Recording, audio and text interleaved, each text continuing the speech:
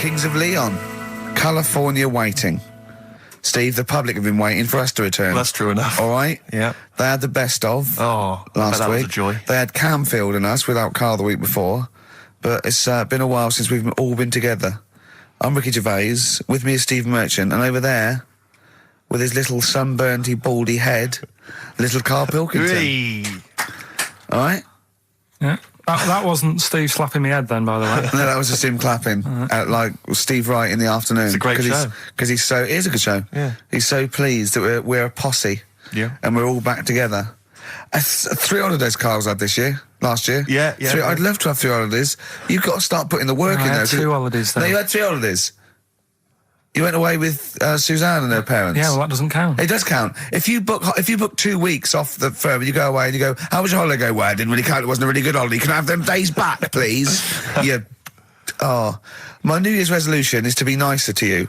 But well done, sense. you've already broken that. No, but talk sense. Talk sense. You've had 3 holidays this year. And I'm just saying, you're in your 30s now, and 30s is when you should be really putting the work in. That's true enough. To reap the benefits in your 40s, 50s, 60s, 70s, 80s, 90s, and 100. Carl, what's your New Year resolution? What about think before you speak? It's worth... See, I'm allowed to laugh. I'm allowed to laugh at things other people say, Carl. That one, that is a good suggestion. How was your holiday, Carl? It was all right.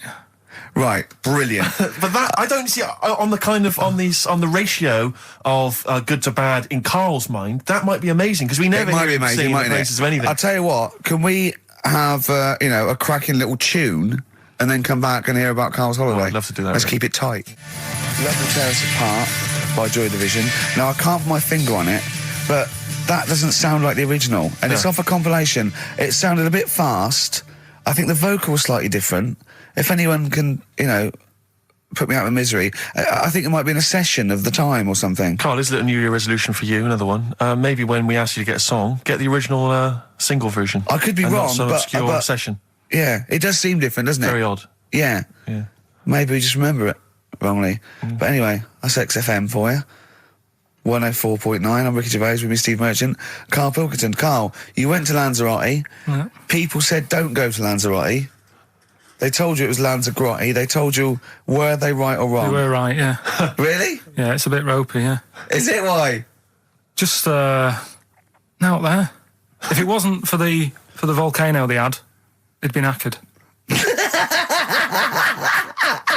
That's their big draw, is it? That's it, basically. That's all they've got going for them. When you landed, was it really hot? Were you quite excited? You were thinking this is okay? It was warm. It's, we can't complain about the weather. The weather was all right. Sure. You know what I mean? That's what I went for, but it'd be nice if there just was something else. Yeah. What did you do all day then? Did you read your ritual book? No, I didn't read that. I read that book. Do you know the book that I bought and all the chapters were messed up? Oh, yeah. I bought a better version of that. All right. And I read that. Excellent. And then... Did it make more sense in order? Yeah, a lot easier to follow. Yeah. And then we went and had a look at the volcanoes and that. They've got 36 of them to look at. How many did you look at before you realised that pretty much, you've seen one volcano, you've seen them all? Probably about 6 or 7. Really? Yeah. And then when you got to the 8th, you thought, now I know what this is going to be, Suzanne. This is going to be like a mountain with a hole in the top. Yeah. Really? But it happened years ago as well. It's like, just keep a couple, fill the rest in, tidy it up. Fill the rest in! Yeah, no, Well, getting some builders. No, seriously though. Okay, 4 million tonnes of concrete, please. They're an absolute death trap. Yeah, what do you mean fill them in? Do you know what a volcano is? It's just a hole, isn't it? That's happened. Well, it's more than that. Can you fill in a volcano, you ignorant twit? No, but it's not just the holes. They've actually left the lava everywhere. That's what I mean. It's not just the big holes. There's lava everywhere. But it's molten rock. They can't just pick it up like they're like a carpet. Put it in the holes. The holes are there ready. Just push it all in. That's what I'm saying. What exactly is there then? Is it just a kind of moon-like kind of surround with just kind of dust and rock? That's exactly what you see. I was there when the Mars thing went wrong. Yeah. I would have just sent a camera crew there, filmed a bit of that, right, and say, here we are, this is it. Ignore the little coffee shop in the background. Right? This is Mars, because that's what it's like. Just loads of dust. Yeah. Holes everywhere. tidy it up. Little round-headed aliens complaining. It's Whinging. just like Mars. Yeah. So is there any... What's the best bit about the holiday? Come on, pretend you're Judith Chalmers. I have been doing. I would have done all. I would have said that. Don't bother. Right. I mean, the hotel was good. Yeah? That was all right. What was that like? It's all right. Just, clean. That's all you want, isn't it? See, that's not quite what Judith Chalmers does. She doesn't go, what's the hotel like? All right, yeah, clean, innit? All right. What was it like? What was it? 3-star, 4-star? Did it have a swimming pool? What was the room like? Yeah, had a swimming pool and that. Yeah? Yeah, it's good. I think it was one of the better ones on the island. Okay. Nightlife? Wasn't really in it. There was a bar, there was some bands playing. Yeah. Not very good. Food got a bit boring. Yeah. It was always the same food every night, but they sort of themed it and made out as if it was different. So, like, on Mexican night, it'd be chicken with a nacho on it. Right. And Chinese night, sort of chicken with a little prawn cracker on it and stuff. Sure. But that got a bit boring. That's me just turning on my phone because I want to read to you a text that I got from Karl. I think you sort of sum up the holiday in this text, don't you? Do you remember it? Can't remember. Let's have a look. Let's have a little look. Instantly, what did Suzanne, your girlfriend, make of it? Similar view to you? That they should fill in the holes? Yeah, it's just that thing. You see, I went on a coach trip, right? And you go and see the volcanoes. Like I say, there's 36 of them. Yeah. Which, how many do you need? And when we're on the coach going round all these volcanoes, the fella on the front's going and look out your left window at the moment, and there's a volcano. And if you quickly look out at the right-hand side there's another one. Right. And on the left, he's just like, all right, we've seen it. Sure. Do you know what I mean? Yeah.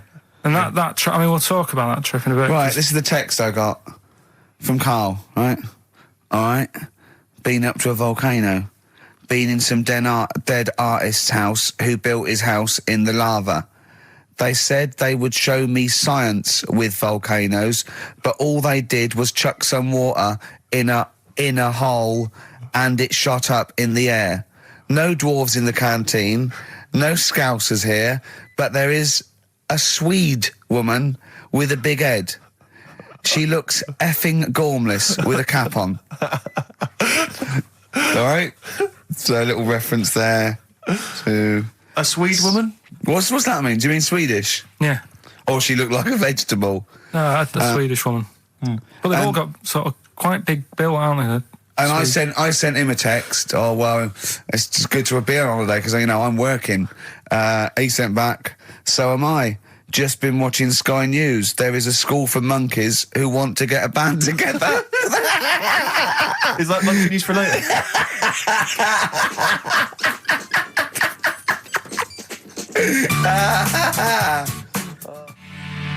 Oh My Corazon by Tim Burgess. I can't get enough of that. I love that chorus.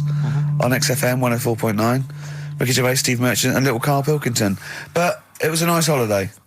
Yeah, it's all right. It's just, I went there to relax and that. Exactly. Did a little bit of that.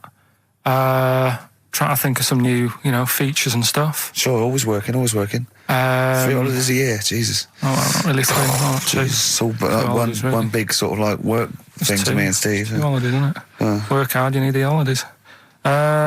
So, yeah, the things that annoyed me was like, you get bored sat around the pool after a couple of days. I'd read my book. Yeah. There wasn't much going on the... Not even any crabs to throw sand at, was there? No crabs or anything. They wouldn't bother with Lanzarote, right? So decided to go on a little trip. That's when I saw the volcanoes and that, 36 of them. So we go on the trip, and the thing that annoys me, it does happen every holiday that you go on. If you go on a sort of a package thing, they have these trips, right? And you pay about 40-odd quid, and they give you some wine, so it make it feel like you're getting your money's worth. But how many of these trips have you been on then? Loads. Probably about 12. More holidays than I've had. Go on. So you're on the coach, right? And they take you for the volcanoes. They took us in the middle of nowhere. Yeah. Right. There's nothing else around there. Sure. It's like I say, it's like Mars, but with holes in the ground. Yeah. Right. And they sort of drop you off, and they go, right, everybody, 6 see you back here in an hour. There's loads of volcanoes for you to look at, and a coffee shop over there. And you know for a fact, right, you don't need an hour there. You could just say, well, just keep the engine running because I'll have a look in this hole, we'll get back on, give us 5 minutes. Don't need an hour. Absolutely. But you know that they've got something going. It's a with backhander, definitely. What, with the coffee shop? Definitely, yeah. They go there. And they get everyone to have an ice cream and a coffee, and they sit down, have a fag, talking to the bloke. Yeah, and it's like, cousin. Yeah. How much was the coffee? Was it probably about 3 each euros, so I think it was £3.50. Sure. Yeah, which is, I don't know, that's about £2.50, isn't it? Yeah, they stitched you up. Well, I remember we were on it was a family trip to France once. We went to Paris. We got a coach coming back from Paris to one of the ferries, one of the ports, Calais or wherever it was. Coach trip. It was quite a long coach trip. And at one point we were thinking, we're on the motorway, this is fine, we're making good progress. Suddenly we came off the motorway. We must have gone like 40 minutes out of our way, end up in this street, completely empty, little French town. And it's parked up outside this, what appears to be a restaurant. And a guy jumps on, dressed like a Butlins redcoat. He's French, but he's putting on a kind of English accent. He goes, hello, thank you very much, top of the morning, good morning, hello. Come in, we've got food, drink, go upstairs, we've got rooms if you want to have a rest, or play around. No, it's up to you. And we all had to funnel off this thing into this restaurant, and this one family went, well, we don't want to go in the restaurant. We brought sandwiches, we just want to get to the port, we're not interested. And they said, well, you've got to come in the restaurant. And well, we don't want to come in the restaurant. So the guy said, well, I'll have to lock you in the coach. So this family were locked in the coach while we all traipsed off in, and I could just look, but I looked back and just saw this little kid with his face pressed up against the glass. Take me with you. I want to go in the restaurant. They were just stuck in there. Absolutely livid, as you would be. But that's definitely a backhander. But we went inside, and it was extraordinary, because initially you had to pass through a souvenir shop to get into the restaurant. Perfect. And it was catered entirely to English tourists. So there was like pictures of the Queen and Prince Charles on the wall. It was done out in a kind of mock Tudor style. It's absolutely extraordinary. I mean, it was so bizarre because it was so out of the way. Did that come before the coach sort of scam, or did the coach guy, he knows it, is he a brother of his? I don't know how those things come about. But I know that is is that going on in this country with French and German tourists? Yeah, I'm sure it is. Is it? Yeah, they say, I'm sure people say, look, if you bring 30 people to this restaurant, I'll see you all right. It would, wouldn't it? If, you got your favourites. Because you don't have to, the coach driver's pretty much God on those things, because those people don't know where they're going anyway. Yeah, but at least here, there's other stuff around. You don't really get that in the middle of nowhere situation in this country. Well, not really. Not if you're going from London to Manchester. You could stop off anywhere. They don't know where they are. There's places with nothing to do or see. It's that those attractions. There's loads of in America, but there's a few here, like Sheep World, and you go out to Gloucester and there's a town. It's got the biggest cotton reel in the world, and that's it. There's a tourist shop, a big cotton reel, and some bloke at the gate going, "It's a quid to see it." There it is. All right. I went to I know it's quite a big. I went to a Shire Horse Centre once. Yeah. But when did Shire horses become so popular that they got their own theme parks? Well, I think there's a museum for everything. Yeah, possibly so. I mean, I don't think you could think of something that didn't have a museum somewhere in Britain, because obviously museums start off sometimes by fans. But did people keep coming around and going, I hear you've got a Shire horse, I'd love to see it? Yeah. Well, I can't. People coming all the time to see my Shire horses. You should get another one, because I'd pay double for those two. I'd pay good money to see your Shire horses. Yeah.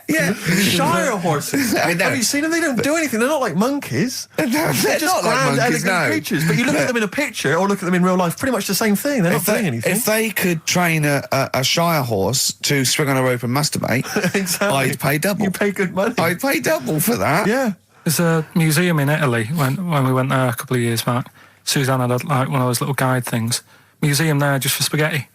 Yeah. I mean, open a restaurant. Yeah.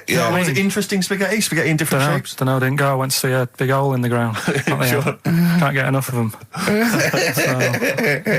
Well, but out of 10 then, what would you give it out of 10? All in all, food, location, right. Relaxation, enjoyment. Yeah, that's 6. Okay, brilliant. 6, yeah. Next week, where are you going next week? You're not on holiday next week? Going away with Suzanne's mum and dad again. 5 holidays. Been Play a into record. that. You've got to put some work in. You're in your 30s now. You've got to knuckle down. Star Sailor. Silence is easy. on XFM 104.9. Now, we've got a few ads coming up, which is we're loving that. It tells you what to buy and when to get it and everything, which is a sort of information service. But after that, a welcome return by popular demand of Rockbusters. What do you mean by popular demand? Well, one person said to Carl, I used to like that, so he went away and started on it. Sure, brilliant. Yeah, brilliant. Get a paper and pen ready. Yeah. Turing Breaks, Mind Over Money, XFM 104.9. I'm Ricky Gervais, Stephen Merchant, little Karl Pilkington. Yeah. A couple of emails. Different people have visited various tourist attractions. Oh, yeah. Let me see who's this from. Not quite sure. But thanks very much indeed for it. So there's a link here. It's apparently in Devon. Barometer World. Brilliant. It's the world of barometers. It was established in 1979. And by one bloke who had a lot and thought, I can charge a quid for this, definitely. Here's the out of his own house, probably converted back scuttle. Exactly. Yeah, that's not a euphemism for a sexual act. But look at the webpage here, Rick. There's a picture of a beautiful barometer being held by a beautiful lady. Lovely. Who's definitely his daughter. Yes, definitely. Come on, Kathy. Oh, that. Dad, no. Come on. Undo your top a little bit. Dad, definitely made to do that. Yeah. Oh, that slight look of I hope no one I know sees. Just check out Barometer World. Barometer World. Yeah, that's available. If you want to check that out, www.barometerworld.com. That's now, all the barometers. Now, do they work?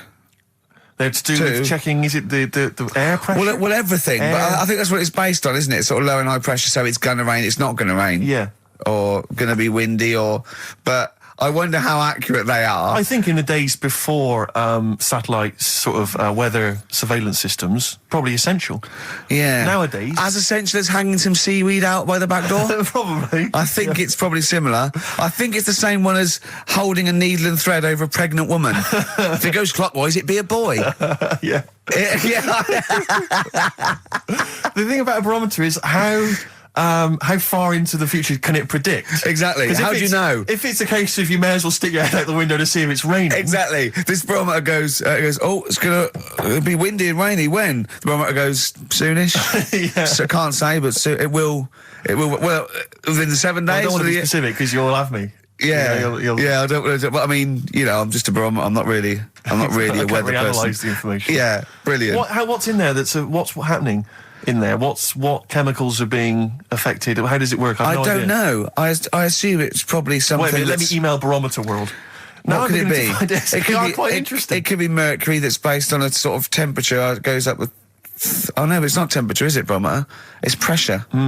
So it's probably just very fine. It's like a fine, very, very fine needle, isn't it? This is almost as embarrassing as last time we were on. We couldn't figure out what the name of the leader of China was. Was it the King of China? The Prince of China? Oh, this is where we were trying to imagine what it'd be like if all the Chinese people at once jumped up and down and made a big tidal wave. But if you do know what the name of the leader of China is, we don't mean the name of the particular person in charge, but if it's a king of China, the emperor of China, the chancellor of China, the prime minister of China, didn't it?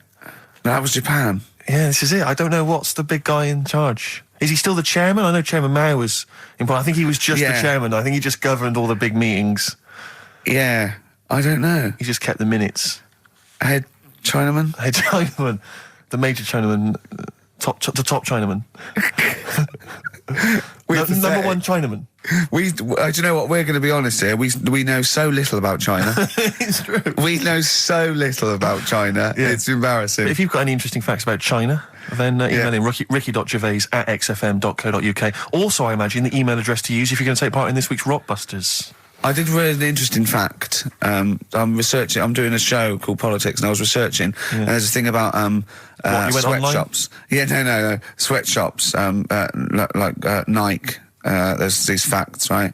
And that these people get a few cents an hour, and the CEO, I forget his name, for a Chinese woman to earn his 5.2 billion, she'd have to work 8 hours a day, 7 days a week for 10,000 years. But Steve, they don't. They don't. They don't. They obviously don't want to. Exactly. They don't want to. They don't want to. Lazy, Rick. Ian Jury and the Blockheads, hit me with your rhythm stick. Rick, are you likely to be going to Cumbria on your stand-up tour? Almost certainly not. Well, Why? it's just because you might want to visit the Cumberland Pencil Museum. That's the journey through the history of pencil making. I do like pencils. Really? Yeah, I just used one then. That's really So, do you have any idea how that was made? no, was it? Let me email them. Now, Chinese people. Oh, incidentally, it's the premiere of China. The premiere. Premier. Oh, right, yeah. Oh, yeah. Sure. Yeah, I remember now. Yeah, yeah. Well, when you were away, Carl, we worked out if there's 1 in 10 people are sort of like gay in some way, with 1 billion Chinese people, there's 100,000 little gay, lesbian Chinese fellas of some sort. What do you think of that? What do you mean? Well, if I think so, some sort of form of gayosity, whatever it's called, is sort of like 1 in 10, right? 1 in 10 people are gay, apparently. That's, Right. that does seem a bit high, though, doesn't it? I thought it was lower than that. What? You mean more than that? Yeah. But I maybe don't think not. so. I think that's of any sort of nature, anything. But what time did they do the survey on the streets as well? Because, you know, they go out late, so if they're doing the survey sort of around lunchtime, forget it, they're not going to get any. Sure. You know Yeah. what I mean? They're all asleep. But if they're out at, say, 1 in the morning... Wow. It's going to be higher, isn't it? Yeah. Well, the thing is, you know Carl's favourite song, The Killing of Georgie? A little fellow and a little gay fellow goes out and he gets beaten up and that. Carl went, yeah, but would it have happened if he'd have been going out at a decent time? True. But clearly in the lyric, it says, Georgie left the theatre before the final curtain fell. Yeah. Now, theatre's finished about 10:30. Yeah. So even giving him half hour, I reckon it was only about 11 o'clock. So you're talking rubbish there. Are you sure that wasn't his curtains in his flat and he's closing them before he goes out? No, he was at the theatre. But I'll tell you what, I just realised something. Maybe where most people were going home after theatre, he was just going out. Exactly. That theatre to him is like a matinee. Exactly. Isn't it? He's off out clubbing, isn't he? He's off down, he's going to get some ammo, he's going to get a couple of butt plugs, and he's not even going to start dancing till midnight, is he? Have any of us ever met any gay people? It's just, I mean, our view of them is, I don't know. Email in if you've met a gay person. Yeah. Tell us where we're going wrong. Yeah, have any of us ever met a gay person? I mean, the way we talk about it is just like, have we ever met Chinese people? I've seen them. I've seen them out there wandering the streets, but I don't think I've ever had a conversation. Now, here's the irony. I definitely know and have met more little gay fellas than little Chinese fellas. Yeah. Have you ever had any little Chinese friends? There was a girl at school who was Chinese, but she was kind of inscrutable. I couldn't get close to her. She was sort of mysterious. Right. Rockbusters? Yeah, brilliant. Right then, this is where I give you a little cryptic clue and some initials, and it sort of makes up a band or an artist and stuff like that. Yeah, brilliant. Sort of being the operative phrase there. Yeah. Let's see how he reads this clue. Yeah. This is going to sound like Oscar Wilde. Clue number 1. 3 different clues. Clue Oscar number Wilde 1. was Chinese, apparently. Was it? Yeah, it was legal then. Right. Will you leave the entrance to my garden alone? Sorry? Right. Will you leave the entrance to my garden alone?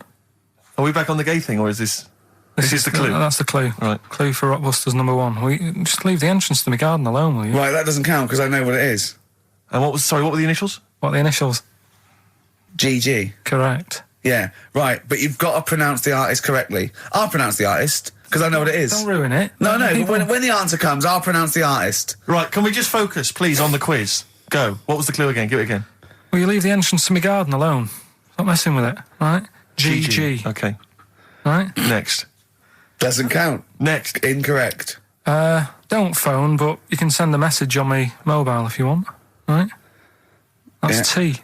It's another little easy one. And the last one, we were sharing out the mail sheet. Right, that doesn't count either. Can we Because just fuck... I know what that is. I know what that is. I don't care. We'll come to that later. Yeah. And number 3, we were sharing out the mail sheet, and I think I got the best one. Right? DG. DG. Yeah. So quickly again, will you leave the entrance to my garden alone? Stop messing about with it. Yeah. Right? GG. Yeah. Don't phone, but you can send us a message on my mobile if you want. Right? That was T. And the last one was sharing out the male sheep, and I got the best one, so that's good. Right? DG. All right, ricky.gervais@xfm.co.uk. Have we got any prizes? Do you want to have a look? Well, don't worry about it. This is don't worry about it. pathetic. Have we got any prizes? Just look, the clues fine. are rubbish. The clues don't work. The show is. I mean, this is pathetic. Play a record. That's what it should be called, and the clues don't work. Blur. Out of time on XFM. Well, we're not out of time. We've still got an hour left, boys. Hey! Luckily. Brilliant. A lot of emails, obviously, about the Chinese. People as fascinated as we are. I don't want to discuss it, interminably, Rick, because there's so much to say, and we've said most of it in the past. Yeah.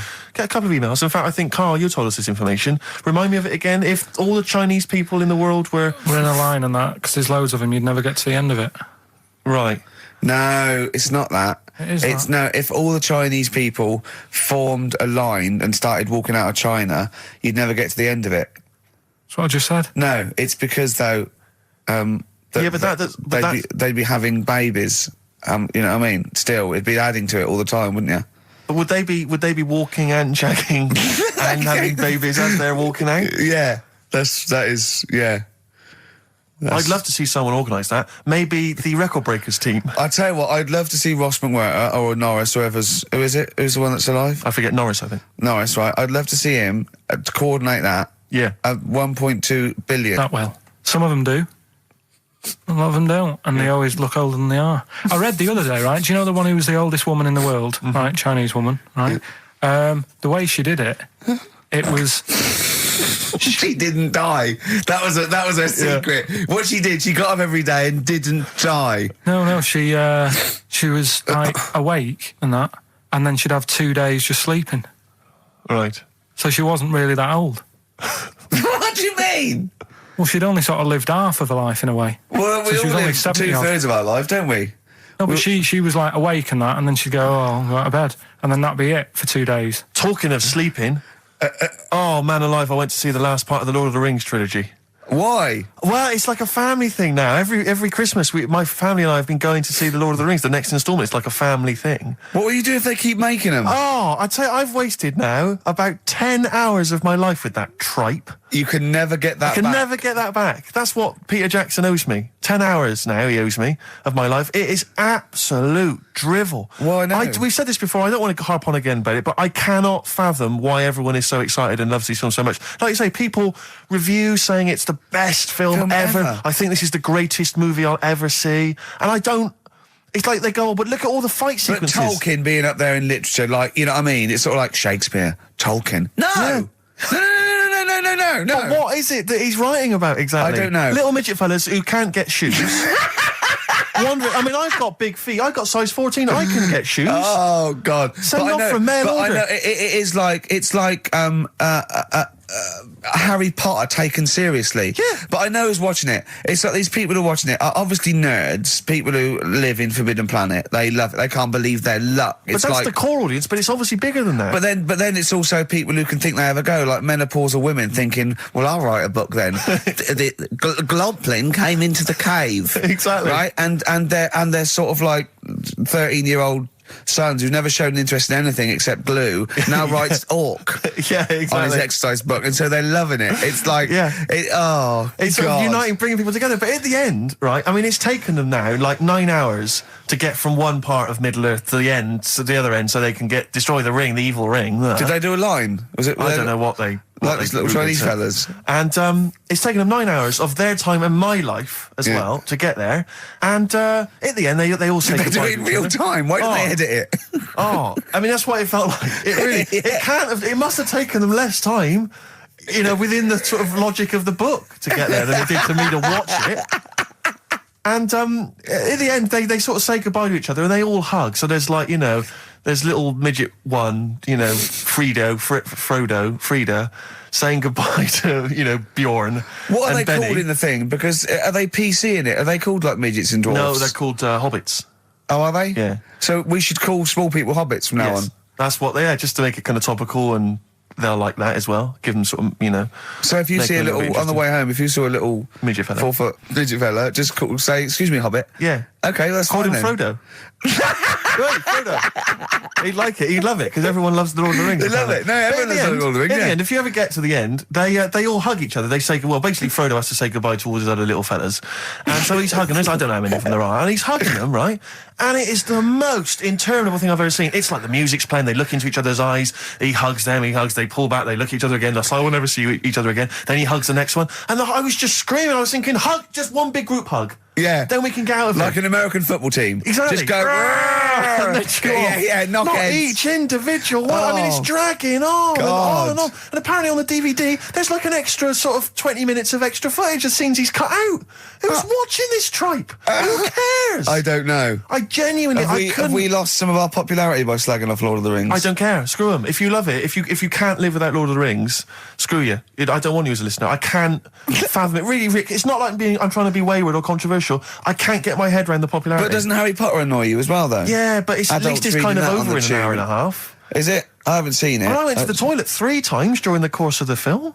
Really? It's unbelievable. The woman sat next to me. Sexy stuff in it, was there? Some of those little pixies with the pointed ears. It just took me back to all, Mr. Spock. Oh, all those glorious days. But it really is just. I mean, have you seen any of them? You've not bothered. I've seen one, and it was long, and I thought it was nicely filmed, and I thought, well, okay, I'll just get through it. I even think, it was just a list of, and here come the orcs. Exactly. Right, okay, we see the orcs now. Yeah. But it's like people go, look at the amazing fight sequences, the amazing immense battles. And it's true, he's got thousands of actors and stuff on horses, brilliant. But I'm not impressed by good time management. No. Well done, he's got all those people together, he's orchestrated it, well done. But it's got to be more interesting. My friend summed it up. He said the Lord of the Rings films, they're like the film equivalent of an Enya song. Yeah. And that to me is exactly right. Lots of billowing dresses, slow musical moments. That's good. People riding majestically on horses. Enya. Constantly riding majestically everywhere. Dido's taken over from Enya in that. Well, so I've got a confession to make. Go on. I like that latest Dido song. I'll play a song. I know. I thought I'd never. I don't Rick, know what to say. Let me explain something to you about Dido. Oh, God. Biting Bottles, Richard Ashcroft on XFM. We've had an email which I suppose puts my hatred of Lord of the Rings into perspective. It says, yeah, you may have spent 10 hours of your life wasting your time with Lord of the Rings, but imagine how many hours of people's lives this show have wasted for our listeners. Yeah, that's true, yeah. I suppose it does, balance. 2 hours a week for a couple of years. We can never give that back to people. I know, it shows it mounts up, doesn't it? Yeah. We should be doing some kind of community service for people, maybe popping around. Well, this is community service, isn't it? Because Carl, it makes his brain work a little bit. True. And it keeps him, from going on holiday, sort of for 2 hours a week, which is good. We spent New Year's Eve together, me and Carl. Oh, yeah. It was me and Jane, Carl and Suzanne. Her hair doesn't really look like Dave Hill. I must confess. You didn't see it when it was done, though. Yeah, she had the coat on that you bought her to say sorry, though, didn't she? Yeah. And Martin Freeman and his girlfriend Amanda and Glyn and we all went for a meal and then we all went back to ours and sort of saw in the new year and all that and saw the fireworks, and then in the wee hours when just the drinking seriously starts, we started playing parlour games. And do you know that game when you go round, started off like with pop bands or rock bands, you have to say a band and then they have to come up with a band immediately that starts with the letter that your band ended with. Right. So Suede, E, Erasure. Do you know what I mean? Go round. Yeah. We did that, right? And then we had to change that because people were sort of using the same ones crop up. So I said, well, let's do Animals. We were doing Animals. And I gave Carl one. I think Carl panicked. Do it quite quick. I want to just test it on you. Okay. Is this bands? What is it? I said... Now, what did I say?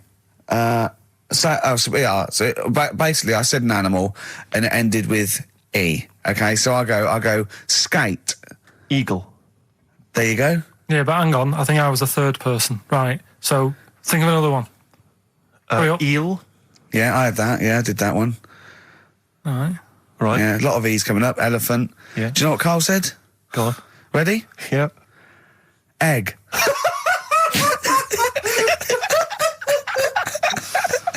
Oh, in a sense, I suppose.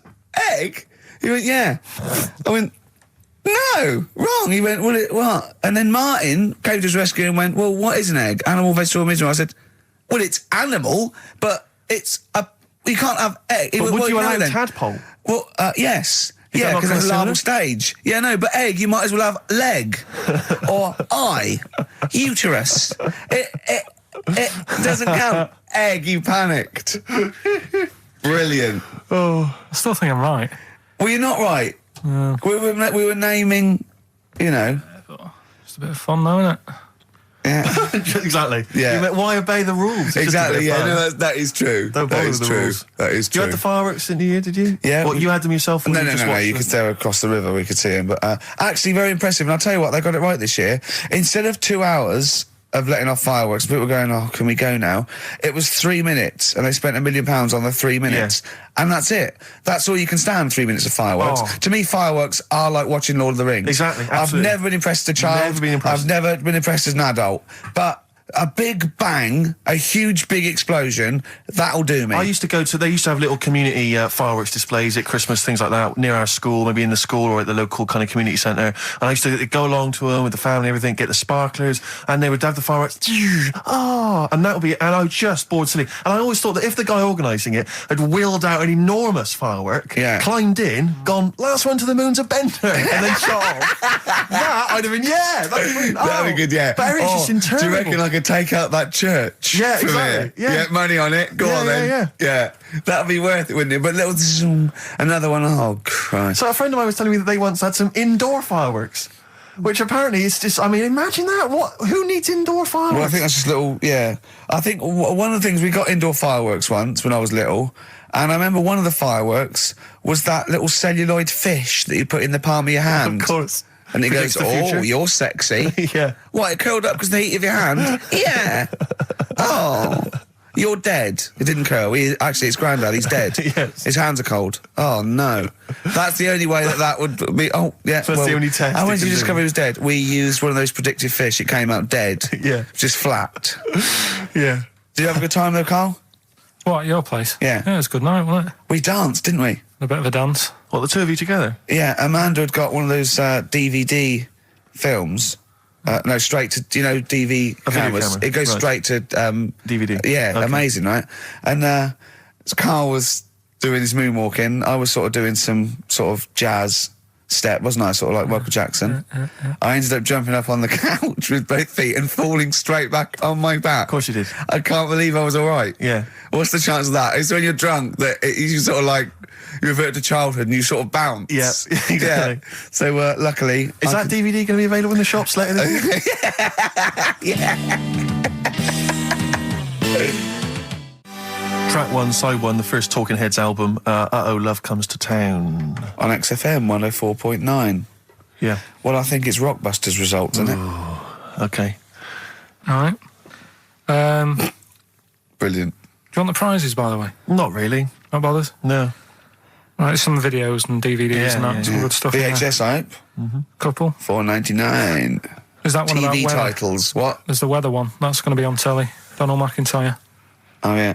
That's in there, if you want that. Yeah. He reckons Donald McIntyre ripped him off because he did a thing about how much it costs to have a chimp, cheap as chimps.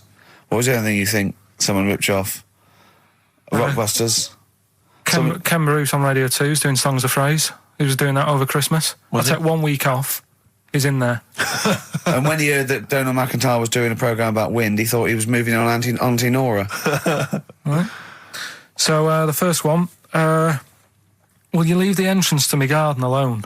Right, that was the cryptic clue. The initials were GG. Yeah.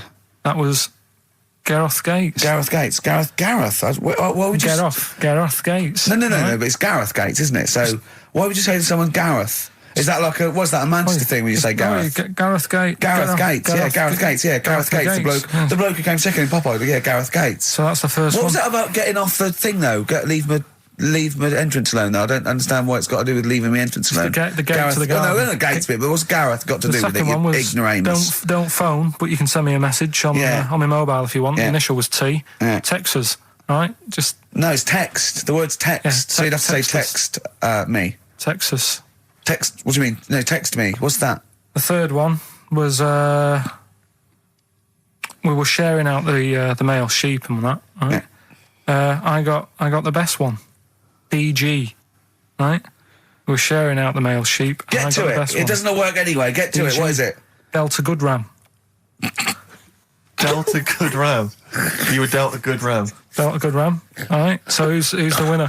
We're going to give it to Stephen Gunning from Tooting. He's got all of those right. I don't know how, but well done to him. And he wins some crap in a jiffy bag. Literally. You too on XFM? Yeah. Snow Patrol and Run on XFM 104.9. Yeah, not bad at all, not bad at all. So everyone had a good Christmas though, yeah? Really? Carl, even though it was like a little bit Lanzarote, it was a nice Christmas. Yeah. What was the book you read, by the way? Someone just emailed in and wanted to know. What was the book you read? It was The Governor. The Governor? Yeah. Right, okay. Did you buy Suzanne a gift in the end? Which you surprised her with on Christmas Day? Yeah, after that show that we did before Christmas. Yeah. I was walking home thinking, might as well treat her then. Yeah. Went and got her a necklace. Nice. Actually, she said she wanted a necklace, but I didn't know which one, but went and got one. Yeah. And she was happy with that. Yeah. That shut her up. yeah. But, yeah. And did she get you a gift back? She did get me something, yeah. See, we knew she would. Of course she would. Yeah, but the thing is, right, she got me a little Game Boy Advance to take on holiday because she Brilliant. knows I get bored. Lovely. Right? So that was good, but I was like, hang on a minute. I know how much I spent, Oh, and I know how much these are, right? But I was clever, though. When I got to the airport, I bought her to get me an extra, bought me an extra game for it. Yeah. Got the value. Of course. when you were growing up, did you wait to ask your mum for sweets right at the counter so the woman would embarrass her into getting you it? What, you mean just slip it in the basket? Well, no, just wait till there's some, a stranger watching before you ask for sweets. Mum, can I have a Kinder Egg? Did you sit in front of Suzanne when it got to Suzanne, can you get me something else? Because remember I spent more on that necklace than you did on Game Boy Advance. And the woman in Dixon's goes, oh, you better get him something else. And she goes, oh, bloody hell, all right then. Nah. She did well, though. You know what I mean? She's done well to keep you, hasn't she? Done well. Because you're such a find. You're quite a catch. Yeah, she must wake up every morning and go, ooh, I am the luckiest girl in the world. Well, she told you that the other night. What? She said the other night how good it is living with me. Oh, yeah. I said to Suzanne, it must be great, because I only see him 2 hours a week and I like to squeeze his little head. You can do that all day, every day. Does she ever squeeze your head? No. No? No. It's like that thing, though, isn't it? It's like when you work in a chocolate factory. You get sick of it, don't you? If it's there all the time. Yeah, she must think, well, I could squeeze that head any time I wanted. It's not worth it. I'll just, Yeah. What about your Christmas? My dad, I'm wondering if you're turning into my dad, because he bought my mum a bracelet. He won't mind me talking about this, because he said you'll probably talk about this on the radio, and you're right, Dad, I am talking about it. He bought my mum a little gold bracelet, lovely gift, you know, it was a lovely thing, and she opened it, she loved it, and everyone thought, what a great gift, lovely gift. He wouldn't stop talking about it. He wouldn't stop talking about the gift he bought. He kept on grabbing my mum's arm and showing it to people. Look at that, look at the gleam on that. Steve, look at the shine on that. Look at the gleam there. Look at that. Gleam. And do you know what he said the great thing about that's pure gold. He went, it's an investment. That's an investment, that. Because gold, you know, it's always worth something I gold. love that when people get a gift and it goes an investment. I love it. But what? Not only does it sort of take away any of the romanticism of it, but it was the way he constantly was talking about how great a gift it was I'll that tell he you what, bought. I haven't heard the word gleam for 30 Exactly. years. Look at the gleam on that. The gleam. Look at that. Look at the sparkle on that. And look at that. It looks like rope. That's what he kept saying. It looks like rope. It looks like gold rope. And he just can't. And I heard it. He disappeared. We were opening gifts. He went disappear. I could hear him in the kitchen going, thinking about that's pure gold. That Elaine, that's pure gold. I might melt that down. Yeah. John, next door neighbour. John, look at that. Look at the shine on that. That's great. That's brilliant, though. But it doesn't sort of undermine the gift a bit if you keep on droning on about how great it is. If people enjoy giving, that's nice, isn't it? And you got to, you know, what did your mum say? She loved she it. couldn't get a word in edgeways. That's a step up from a jar of coffee, though, isn't it? It is a step up, yeah. That's good. Oh. What about yours? I didn't get my mum and dad anything this What? time. No, because I'm always treating them anyway. Whenever if they need a few quid, if I can help Well, them, you I do. are the gift that keeps on giving, Carl. No, but don't just go giving anything just for the sake of it. You know what I mean? Wait for the time that's right, sort of thing. Just because it's Christmas. Because Yeah, I mean, there's no better time, is there, really? no, I just was going to say my mum and dad didn't get me anything, but they did. What they get? But just some money. But I'll get them something when the time's right. Do you know what I mean? They always need bits and pieces through the year, so Yeah, I'll look after them. sure. But it was weird being away on Has anyone Christmas got a caught onto the fact that, you know, they leave groceries in the telephone box near your dad yet? No, that's still going on. Is it? Going on, yeah. Oh, that's fantastic, isn't it? That is just fantastic. So when he needs a loaf of bread, pint of milk, just goes down. Does he ever give that as gifts? Now listen, are we doing the film thing in a bit? Oh, Got more prizes. yeah. Is it better than Rockbusters? It's all right. I did it in a bit of a rush because I was only in yesterday, wasn't I? Sure. Well, yeah, Can if you you do that? take 3 holidays a year, then So- there's not enough time for the work. Me and Steve like to, you know, put our priority into, you know, doing the work, coming up with a good product, Yeah. and getting a holiday when we can. You know, I haven't really. Well, I'd had love a holiday, Rick. You know. I love a holiday. But I don't do the holidays for me. It's for Suzanne, isn't it? She's the one who likes going away. With So you. I'll just go, yeah. So I'll go with her. Do me bit. When you were playing Game Boy, right, and you'd looked in a hole, and you were reading your book, what is she doing? She'll make things seem more interesting to me. Do you know what I mean? So like when we're at the Owl and the bus driver said, "You've got an hour here," I said, "Why have I got an hour here? I go to a funeral with someone who I loved in the ground and don't spend an hour around it. Why do I want to?" Do you know what I mean? Why do I want to spend an hour looking in this? Wasn't And that then terrible when your auntie just shot up in all this magma? Yeah. That was terrible, wasn't it? That was the worst funeral you'd ever been to, wasn't it? But she'll I'll sort tell you, of, that would make funerals more interesting. If they just, it was a cremation and a burial. Yeah. You just put them in a volcano and they keep go shooting 2, back 3, out. here they go, wee, up to heaven. I was having a conversation with my flatmate about songs that would be inappropriate to have at your wedding, at your funeral. And it's Horny, surely that is was one. it. Yeah, was what Was we it were horny, thinking. Yeah, that really? was the first one we came up with. I'm horny, horny, horny, horny. Oh, that was the first one we came up with. Isn't Robbie Williams' Angels one of the, Yes, Biggest and ones. I think Wind Beneath Your Wings. yeah. I think is apparently quite popular. oh yeah, yeah, I play that on Auntie Nora's, can't you? Bit of Boston. Yeah. A bit of Who Busted. Boston, Oh, more Boston, than a feeling. right. It's much more than a feeling. Boston, more than a feeling. XFM 104.9. Well, another big moment here. We've had Rockbusters. Now we're going to have Carl's film quiz thing, isn't it? Yeah, it's a film quiz thing. I've done Planet of the Apes, right? Because one of the things we did in Lanzarote went on this tour with sort of 3 northern blokes, and they didn't really know what they were talking about. Joking. You're do you mean? joking. What? Northerners not know what they're talking about. You're having a No, laugh. they'd obviously sort of not had much luck here, right? And thought, let's go over to Lanzarote, buy some vans, right? Get people in it. We'll do a tour of the island. And whenever someone asked the question like, what year did the volcano happen? They go, oh, we'll take you to the visitor centres. You can read about it there. So they never actually answered anything, right? So they were useless. But one of the things that they told us was that Planet of the Apes was filmed in Lanzarote, Right. Okay. right? That makes sense. A bit of it. Well, does it? Does it Well, make it- sense? Well, what do All you right. mean, Well, maybe does it was, maybe it wasn't. Okay. Anyway. No. I mean, if they wanted to show sort of an Aaron, sort of barren, sort of post-apocalyptic sort of subject, choose where you went on holiday. Yeah. Obviously. Yeah, but when we were there, well, he took us to this sort of beach, and I said, "Is this where they did it?" And he was like, "Yeah." I said, "What? Right there, yeah." And I watched it, and I couldn't see where I was. Yeah, you know that if you watch a film from 1968 and you've been to the No, same no, place, the you're new not one. going to feature. You're The not new going to see you in the back walking along the beach. It's a new one, new Planet of the Apes. Oh, the recent Planet of the Apes, you Yeah, mean? that's what they said. Yeah, Right.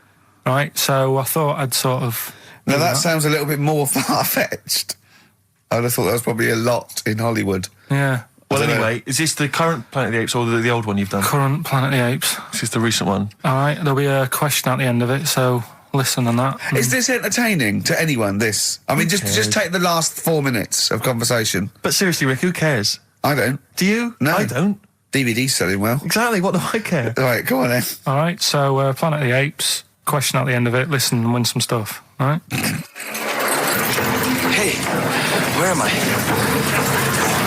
What is this place? Hang on a minute, I'll have a look.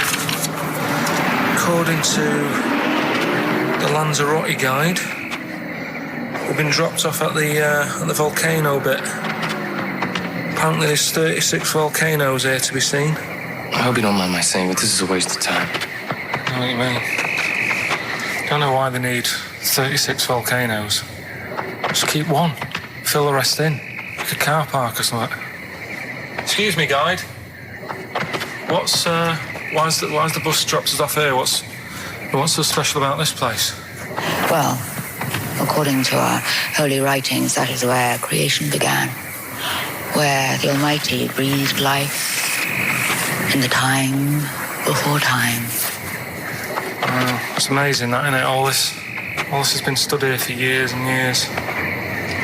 What about the coffee shop there? Is that old, is it? Well, nothing. You're out to rip us off. I raised about £4 for a coffee there.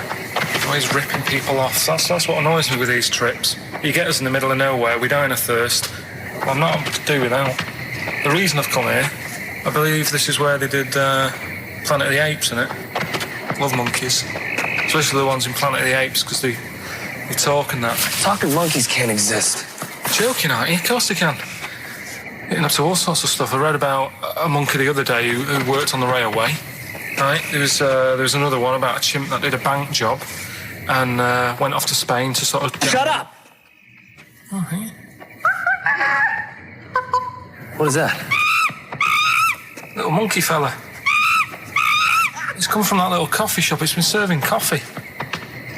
Now that is worth paying £4 for. No, you're teasing him. I'm not teasing it. It's working, isn't it? It's serving the... We want some coffee. Get us some coffee. I've heard about this. You can buy coffee that's been sort of hand-picked by monkeys. It's like Coffee Mate, except it's more sort of coffee primate. Yeah? Hello, little fella. We want coffee. What do you mean, we? You're gonna have a coffee, aren't you? What else are you gonna do? Go and look at another 35 volcanoes? I'm staying here. I'm having a monkey coffee. It's brilliant. You find this amusing? Jesus, it's a talking monkey. Right, mate. Have a couple of coffees. Don't start now. We're off duty. I'm starving. What do you mean you're off duty? Have you bananas later? Just get us a couple of...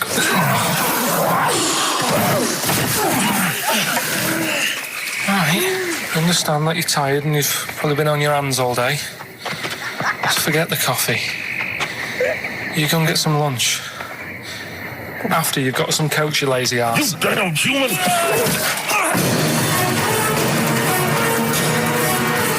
Powerful. Lovely. Excellent. So, what's the question? If you've been listening to the whole show, how many volcanoes do I think's on the island of Lanzarote? Okay. Yeah. I might have it wrong, what I've been saying, but it's roughly around that. Yeah, so what have you been saying? Yeah. Yeah. All Brilliant. right. Ricky.gervais@xfm.co.uk. You're more likely to win the prize if you leave your address on the email. Yeah. Because otherwise we can't really be bothered to phone people or email them back. So, Good point. Put your address on there and you could win some crap. In a jiffy bag. Carl's theme tune there by Placebo.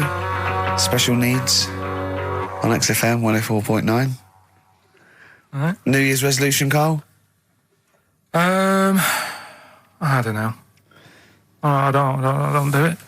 Really. What about something like, I don't know, start smoking? Do you mind? There must be something.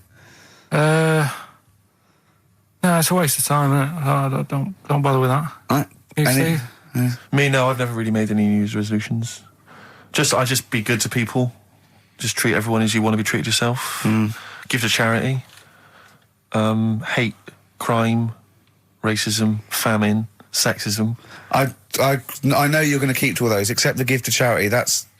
Me and Carl find that a little bit hard to believe. Never gonna happen. Well, you've always got to break at least one of your New Year's resolutions. Exactly. Yeah, well, I think I'll be nicer to Carl.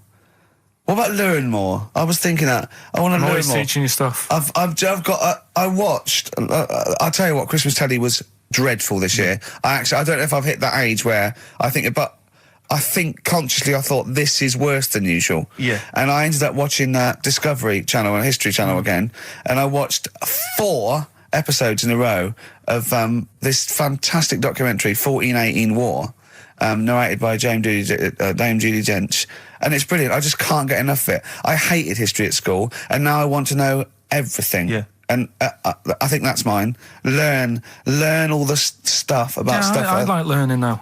I always say that to you. I'm always looking up stuff. When I was on holiday, even though it was sunny outside and they had big holes to look at if I wanted to, I stayed in and watched Discovery there and was watching stuff about scorpions and that. Yeah, what did you learn? Well, nothing, because it was all in Spanish. But I just watched it. What I found out, right? What I found... Scorpions, I'm get it. It's only about poison you get with. What I don't understand is with scorpions, right? They have like this sort of weapons, don't they? They have the poison and stuff, right? Yeah. Which can kill a man. Yeah. But there was a couple of little animals and that were its sort of enemy, and it stung them, and it didn't kill them. So what's the point?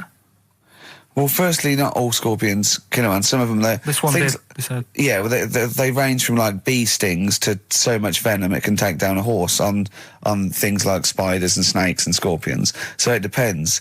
But a scorpion that will kill a man would kill a rabbit. So I don't know what you're talking about. No, there was a snake that it stuck its thing into, and some sort of beaver, and they were just like running about. There's nothing funny about that, so why are we laughing? Well, the snake wasn't running about, was it? Well, it was slithering about a bit. Yeah. What was the beaver doing when the snake... Just sort of, I think it ate it in the end. What? Ate what? Ate the scorpion. Just wandered off. Well, it wasn't a beaver. There you go, There's you've no learned that. way it was a beaver. All right, an otter. It was, This is what you've pieced together from a show in Spanish. well, I'm just saying though, how come it can't kill something that small, yet there's someone on holiday that's no sort of danger to that scorpion. We're not going to harm it, right? And yet it can kill a man.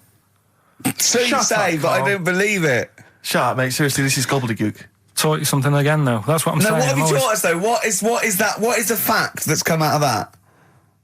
A scorpion can kill a man, but the beaver was dancing with a snake. Then it Well, ate it. You do that That's all not the time, a fact. though. You That's put not a everything fact. down. New Year's Eve, I taught him something, right, about dead people. No, you know, the things that taught me. I was saying you're talking shite. He says they found out your soul weighs an ounce. Your soul. Yeah, your soul weighs an ounce. Right, who found this out? I read it. Your arsehole weighs an ounce. Yeah. There's no such thing. A soul weighs an ounce. You're talking drivel. All right. Have you got any right. monkey news? So what did they do? They measured. They weighed someone who was alive, and they would wait for you to die, then weigh you again. There was Isn't someone that you've who- lost an ounce. Yeah, oh, sorry, it must be your soul shooting off to heaven. It was someone who was really ill, and they Yeah. said, we can't do anything for you here, but we've got a bit of an idea that we want to do. We've been wanting to do this. Stuck him on some scales. He said, right, you weigh 9 pounds and an ounce, or whatever, because he was wasting away. He died, 9 pounds. Right? Fine, well, that's proof if proof be needed. Talking shite. Monkey news, we might as well leave it. Now, come on, No, come on, tell monkey news. No, it's nothing that great, really. Is it worth playing the jingle? Quickly. Go on, then. Oh, chimpanzee, that monkey news. Right, it's about a monkey. 2004, four. It's about this woman monkey who was born in 1834. Right? Half monkey, half woman. No, not true. It happened, apparently. Impossible. It was in the Daily Mail. Right? Okay. The Victorian ape woman was her name. Yeah, I christened this thing Victorian ape woman. Well, we thought Sandra. No, I'm calling it Victorian ape woman. She was about 4 foot. No, didn't happen. She had lovely thick black hair on her head and on the back of her legs and on her arms. Yeah. All right. Save stockings. Let's have a look. And she was- didn't need a bustle because of a huge ape-like arse sticking out the back of her dress. She was good at reading and sewing. She Well, had a well, kid. it's good because they didn't have opposable thumbs. So, She could speak 3 languages. yes. She was Human, monkey, and monkey human. 20 offers of marriage. Does that annoy you, Steve?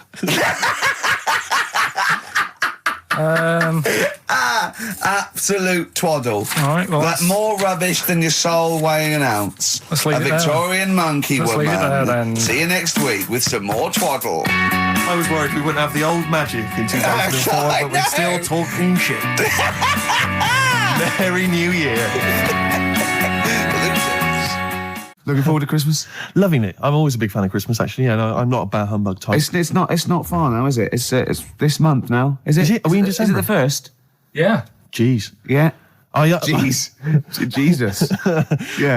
Brilliant. I was quite excited because this week I think it was this week in the papers, The Sun, and I think all the other papers actually, had the first of the kind of giveaway TV supplements that comes out I listing love all the that. shows that are on. But what about when they bring them out this early, is you open it and it's like, you think, yeah, I want to see what films are on and stuff, and you go through it, and it just, about half of the listings are to be confirmed. To be confirmed. It's an utter waste of time. Yeah. And it's like, who is planning their film and TV watching this early? It's Yeah. a little bit early to be worrying about 3 it. weeks in advance going, but I better not make any. Well, unless it's like an amazing thing on telly. Or you know. Are you coming to a party? We got one Friday 29th. I don't know, I'm going to watch something on the TV. There's a good film. What is it? Not been confirmed yet. but It's I'm to just- be confirmed, Yeah. but I can just, It'll be say this, I dynamite. won't be at the party. Yeah. Yeah. It's strange. But I remember when I was little, my sister used to work in W.H. Smith's, and she used to come home like every Thursday. She'd been paid, big bag of sweets for Lovely. me, and the TV times. The TV times, of course, because you're working class. Sort of. TV times. The radio times for a classier middle class gentleman like myself. But the bumper edition at Christmas, there's like 2 weeks of telly. She sit down like that Thursday night, sit down with my sweets, and we tick off all the things we were going to watch over the That's next really 2 weeks. tragic. Didn't happen, did it? Because I was squeaking around, hyperactive, making people play with my toys, stuff, and not watching telly really. I bet but if you watched any telly, it'd have been really rubbish stuff. The whole family was like, I imagine probably Dennis Norden's Laughter File, Volume 12 or whatever it is. I don't think even Dennis Norton was going there. Whereas you see, we in our house, of course, we'd just switch off the TV and we'd perhaps just listen, You to weren't the allowed concerto on Radio 3. Yeah, we weren't allowed to turn the telly off. The Christmas ads have come on, I noticed. They're on now. And I noticed, I was watching telly last night, and do you think that the advertising executive for Cadbury's Roses chocolates just comes in once a year and they go, what you got this year? And he goes, what about some workmen and some old ladies singing thank you very much, thank you very, very much, Yeah. just shot in the street somewhere? Yeah, that'd be fine. It worked last year. Yeah, brilliant. So that's been going like since I can remember. I've never seen another advert for Cadbury's Roses except that. Exactly. Well, there's certain things that conjure up Christmas, like you got your turkey and all that, and Yeah. you got your roses. Yeah. Walrus. Yeah. Yeah. You got Woolworths. Yeah. Oh dear. Pizza. Pizza, Woolworths, drink driving. Oh dear. Sorry, I forgot what I went in for. What were we doing? We Oh, were right. doing something. Be careful. There's a lot of money involved here, Yeah. Steve. Oh, you can't say. Don't stitch me up.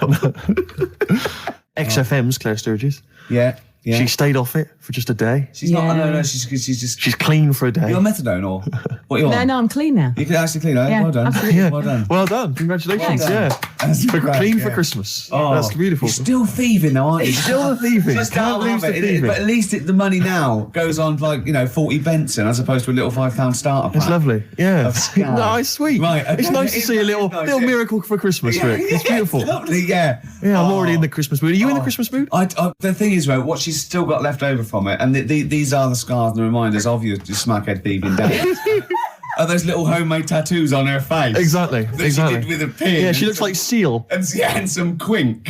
Exactly. Yeah. Oh, but no, Merry Christmas to you, Claire. Yeah. Merry Christmas. Thank you, Merry It's Christmas. great. You're still living in the projects. Yeah. It is one of those little She's still miracles. keeping it real. She's It's like wonderful. little tiny Tim. I tell you what, she's a bit like Jesus Christ. In a way, yeah. In a That's way. blasphemous. Please play a record, Claire. Anyway, it's Christmas. Let's not disrespect Let's each other. not- Let's no. be cheery. Yeah. Can I tell Sturgis what you got your family for Christmas last year? I just remembered when I was outside. Please. It was a joy because Gervais is a generous man. And he's a thoughtful man, and he's got a lot of brothers and sisters and a lot of nephews and nieces and stuff. Well, I've got about 20 people to get Yeah, you've got presents for. exactly. So it's a tricky business. That's why I think you got him £200 worth of lottery scratch cards. I had about a minute. I was getting a lift down to Reading, and it was my mate Jimmy, and I went, hold on, I just got to get the presents, and I ran into the 7-Eleven opposite me and got the scratch cards. That's amazing. It's such a working class Jippo gift, isn't it? But did any of them work? Anyone win anything? Yeah. I mean, some people were down. That was a present. Hard luck. That's the risk you take when you accept this present. Some people were up £70, But so they had a great Christmas. Let's bear in mind that there's like some children who are like 7 or 8, scratching off scratch cards. They got to be 18 to claim them. And just the rest of your family sort of, I can imagine, just wrestling them off. You can't claim it anyway. It's not off. No, have I won? No. No, you haven't. No. But I've got 3 dumbbells. It's 3 the same. You don't get anything for that. Not in this game. Unlucky. Are you going to do that again this year? Maybe, yeah. Christmas. We were talking about Christmas. Yeah. Gifts. What's wrong now? I didn't know what that meant. What? Were you having a go at me because I went on Jonathan Ross show? No. I thought you'd said something. You'd said my name by mistake. You'd said someone else's name when you were talking to me. Oh, right. But I didn't hear that. So when I heard you just go, Okay. Steve, I thought you were correcting a mistake you hadn't made. No. Exactly. No. Okay. All right. You see? Blunder. What did you call me? Fatty. Good. Right. We're talking about Christmas, Yes, yeah. yes. Well, it is because it's just the Christmas, fact that it's the right time of year to talk about it, to be honest. It's topical. So let's carry on. Go on, shoot. Well, I just wondered if your Christmas gift buying had always been as thoughtful as it is. in recent years. Oh, well, no, that was actually, even though it was thought pretty lazy and thoughtless, it was quite generous in the sense of financially. But I remember, God. Now, even though I sort of come from a working class family, my dad was, a labourer, and my mum was like a housewife, but I was spoiled at Christmas. I didn't have like pocket money or gifts and that, but she'd get out of a catalogue and pay for it the rest of the year. So I did have great presents. Yeah. And because I had older brothers and sisters, they were earning, so I had good presents. And it was okay for me to, give them nothing or do a card or something rubbish. But then I remember one year when I just suddenly realised I was too old to be doing this. It was like, in Jaws when it pulls focus. Yeah, and you go, oh my God. And I just realised that's the worst present you've ever... I think it was about 12 or 13. And I remember it now. My sister had got me a Cat Stevens album. Great. I think a Birdhouse and like a quiz book or something. Yeah. And it was my turn to give her a present. And it was a bottle of shampoo that I'd found in the bathroom and wrapped up. It's a big jumbo, one of those Tesco's, Had it not already been used? No, I don't think so. Mum had bought it, You just topped it up with water, wrapped it up. I just gave it to her and she went, oh, thanks. I thought... outrageous. God, that's rubbish. That's really bad. It's rubbish, isn't it? That's really bad. I know, yeah. I remember one year, I really wanted a Scale Electric. So I was going, what Scale Electric? And my mum was going, no, you'll just get bored of it. I know what you're like. You'll get bored of it and we'll have spent all that money and you'll be bored. I was going, no, I won't. I love it. I'll play with it forever. And she was going, no, you won't. And I was going, I will. I love it. And so she bought me Scale Electrics and I unwrapped it. And I was using it. I was bored instantly. Yeah. But I didn't tell her. I pretended I loved it. And I'd always be playing it monotonously, hating it. I know. But I'm loving this, Mum. It's absolutely brilliant. You were wrong. You were so wrong. I'm loving it. I know. Things with Scale Electrics, I think it was great at the time, but I think it was an XFM party actually years ago when they got Scale Electrics, and like loads of us think, oh yeah, I used to love it. Rubbish. Yeah, really rubbish. It's tiny. Yeah. It's about 2 foot long. Yeah. You go, put it back on, Dave. Yeah. There Exactly. you go. Oh, can you put it back on? Exactly. But you want it to at least kind of change into a robot. Or kind of come off and just drive around the course, these days it's all virtual, Steve. That's true enough. Isn't it? In your mind. Well, we all take a pill, don't we, Rick? And then we're in some kind of fantasy world. I am Ayrton Senna for a little while. What about those bloody computer games? No one's reading a book anymore, are Mummy, they? What's a tree? Download. Well, I'll tell you what. I'm going to play a song now. I think I've dissed U2 for about 15 years, but I got them wrong, and I'm going to play a lovely track off the latest album. It's the last track on the album, Ground Beneath Her Feet. It's from All You Can't Leave Behind. Beautiful. And I think it's one of their greatest works. Steve Taylor, the man with the knowledge. Come in. Hey. All right. Christmas to It's like Steve Wright and his posse. All right, Merry Christmas. Hi. Are you So tell us, are you a great ladies man? Were you a great ladies man before you were married? It's not something I talk about. I'm married now. Because he's sort of like got a little shaved head and he's got a beard and it's exactly the same colour, sort of ginger hair. He looks like a tennis ball. It's just hair, exactly the same length, all over his face. There's no reason for me to come in, was there? The abuse was happening without me here. Yeah, I know. And now I've come in, you just continue it. But say hello, so it's with your blessing him. I think we're nice. Say Merry Christmas. Hi, Merry Christmas, all listeners. See, you're on at 5 o'clock, aren't you? Yeah. Right, I'm going to make a note of that. When I bought those 2 albums, I'm going to listen to Steve Taylor, the man with the knowledge, on at 5 o'clock on XFM. Isn't it incredible? Because he's been in since 11 o'clock this morning, just compiling information for every record he'll be playing. Yeah. The show's only 20 minutes long. But with him, it's because he's got to offload it. Yeah. He's got to talk about it all the time because it's only, he's got a huge brain. It's it's going throbbing, all information. What are you playing next, Claire? You bored? Sorry, were we boring you two? Oh, was this that list? Isn't that cute? Yeah. So can you tell us about Star Sailor? What do you know about some interesting facts about Star Sailor? Into the microphone, into the micropole that goes down the loudy box and out to the radiograph in the homes all around England. They're rubbish. Thank you. Steve Taylor, controversial view. Still, he has bred people. Stereophonics and the theme tune to BBC Two's The Office, Handbags and Glad Rags. Absolutely. So I think we should be playing Christmas songs as well, though. Because American Christmas War is over. A great. Is it really? What? The theme tune to The Office? I think you meant is war really over? It is. Thanks, John. Yeah. It is. Yeah. Yeah, it is. Yeah. That's there. To be fair, Rod Stewart did it first. Yeah, and we don't use the Stereophonics version. Or the Rod Stewart version. Thank you. Too expensive. Exactly. Costs a fortune. Had to re-record it. Yep. Or little known facts. Yeah. You should save that for the DVD. Or Steve Taylor would have blown it anyway, Yeah, exactly. wouldn't he? To come on with the knowledge and told him everything. I was thinking Fairy Tale New York. Beautiful song. No, Can we find It'd that? be nice to try and dig it. I'm sure everyone's playing it at the moment. Yeah, On the loop. Let's But not I mean, we play it. should. It's good. No, it's Let's play "Simply Having a Wonderful Christmas Time" by Paul Can we McCartney. play Driving Home for Christmas, Chris Rea? Oh, he is. There's a lyric in that goes, I look at, he's in the car driving on Christmas, and he looks over the other bloke in the other car, he goes, he's just the same as me. Yeah, I was thinking that. He's just the same as me. Driving Home for Is he Christmas. saying he's copied him? He's like, oi, what are you wearing? That's the same as me, that is. What do you get your missus? The same, is it? You. Who are you? A stalker? I'm Chris Rea. Hello. Yeah.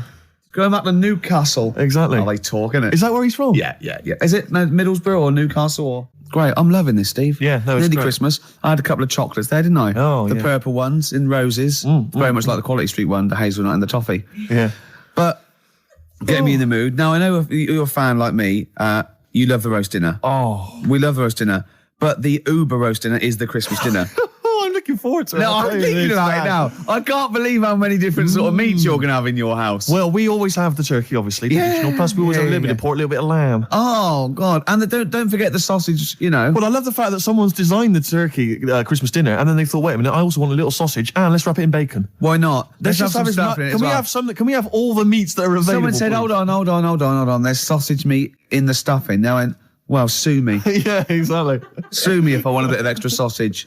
You know what I mean? Oh. It's the work of art, and it takes It's genius. hours. Rick, can I ask you, what kind of Go on. veg you going with this year?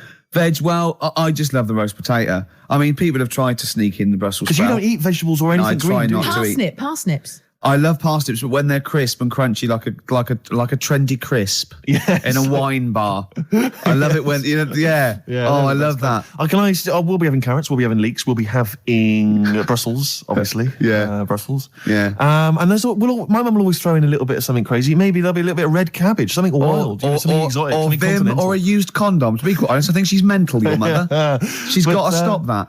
But who knows? Any kind of treats. And I love the fact about the Christmas dinner is that people are taking weeks, years planning it. I know. They take months going to dig up defrost. Did it? Have you told? Can you talk about your grandparents? Well, my grandparents, of course. The thing about my grandparents, I have mentioned this before. Yeah, I love I this. think they've got about 3 teeth between them.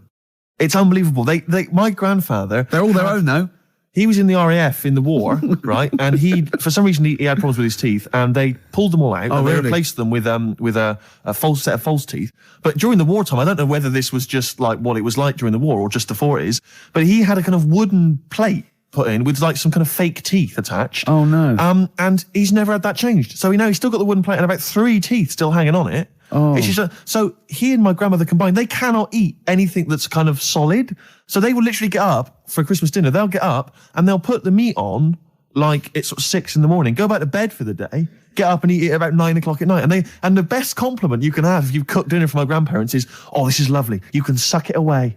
Yeah. Imagine that. Imagine Why having don't to they suck just it through a straw. liquidize it? Have a nice little They roast have done. smoothie. They have done in the past. Really, and a little apple crumble smoothie to If we follow. take them out to eat, like at a restaurant or something, we've got to phone ahead to make sure there's fish on the menu. Really? Because they can only have fish. But then the bones, you see, that's a problem for them. Well, you can take the bones out of fish, can't you, and sort of mash it up. Yeah, but the eyes are going Steve, as well. could I suggest the fish cake? It's already mashed. It's with the potato. It's in a crispy crumb, which doesn't hurt anyone, whether you got teeth or not. Rick, can I Go on. make a little... Yeah. I just want to make it... Because obviously not Yeah. everyone's as fortunate at Christmas, Rick, No, as us. we're What talking about about- the vegetarians? What are they eating? A nut cutlet. What the hell A is lovely little nut cutlet. Can't they have like tofu, but in the shape of a turkey? But I love the fact that so often, certainly your Linda McCartney veggie items, they always try to fool you into thinking it's the real thing. Some veggie sausages that they've injected with something so they'll taste like sausages. Yeah.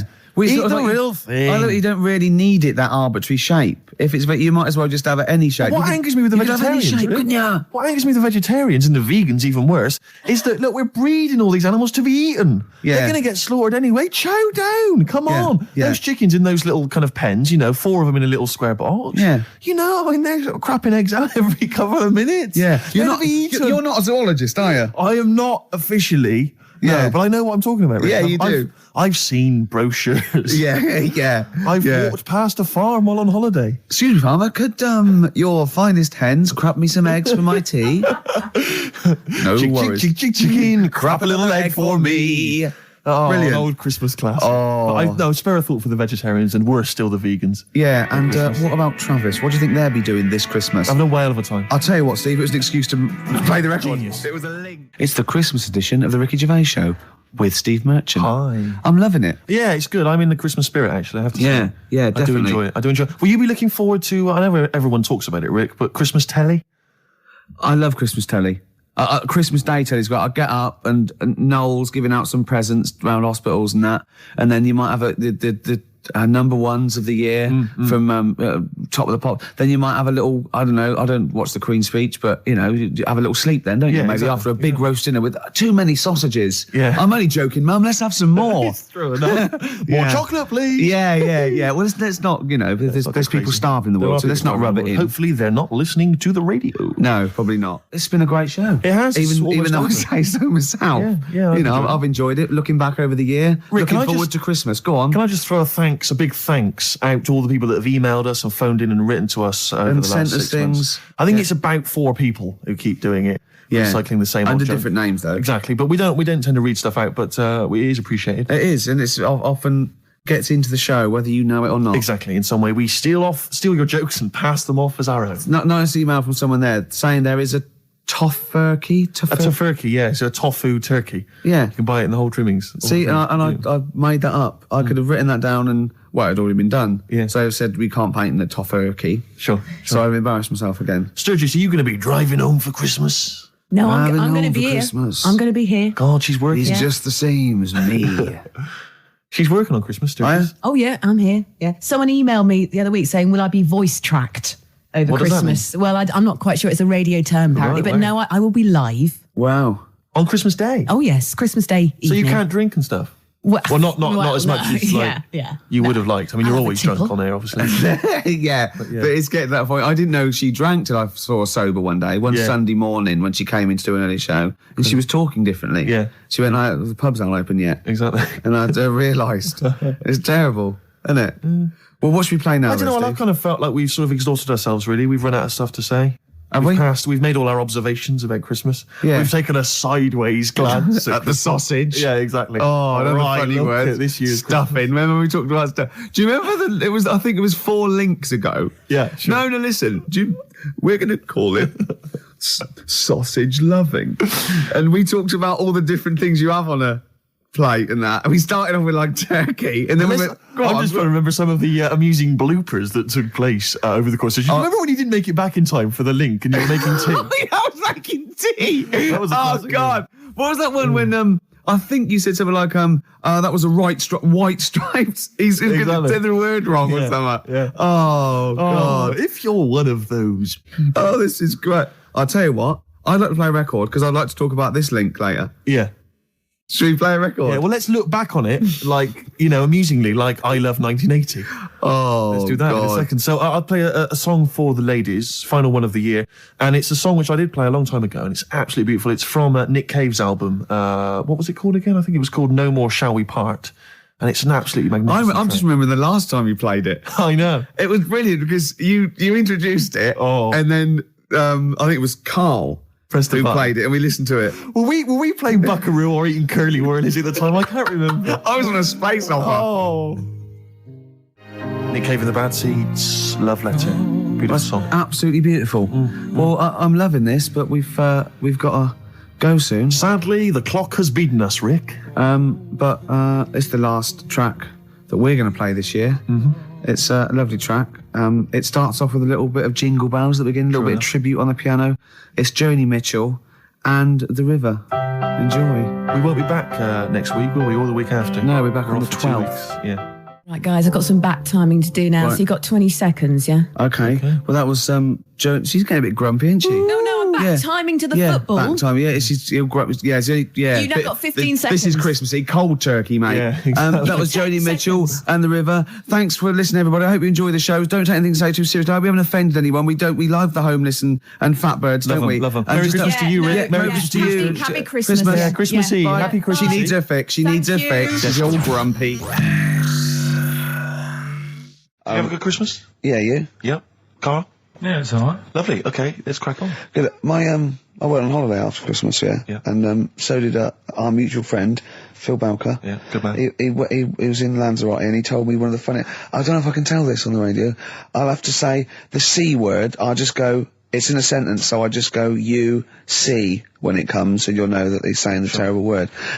Just, you know, didn't want to ruin the anecdote. Anyway, they're walking along one evening in Lanzarote, and there's lots of Brits there, apparently, and Phil overhears a sort of married couple arguing. They're having to go home a bit early, and she's saying to him, she went, for Christ's sake, every time we come out drinking, you always shit yourself.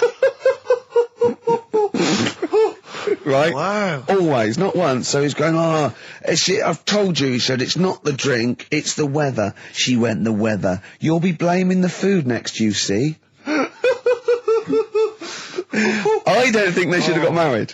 Wow. Or mate, when did you think the shitting yourself started? Must have been after the marriage, because if they, you know, you're courting, and you go, went out with, Derek again, did you last night? Yeah, how was it? The evening was lovely, the meal was nice, but he shot himself. Again.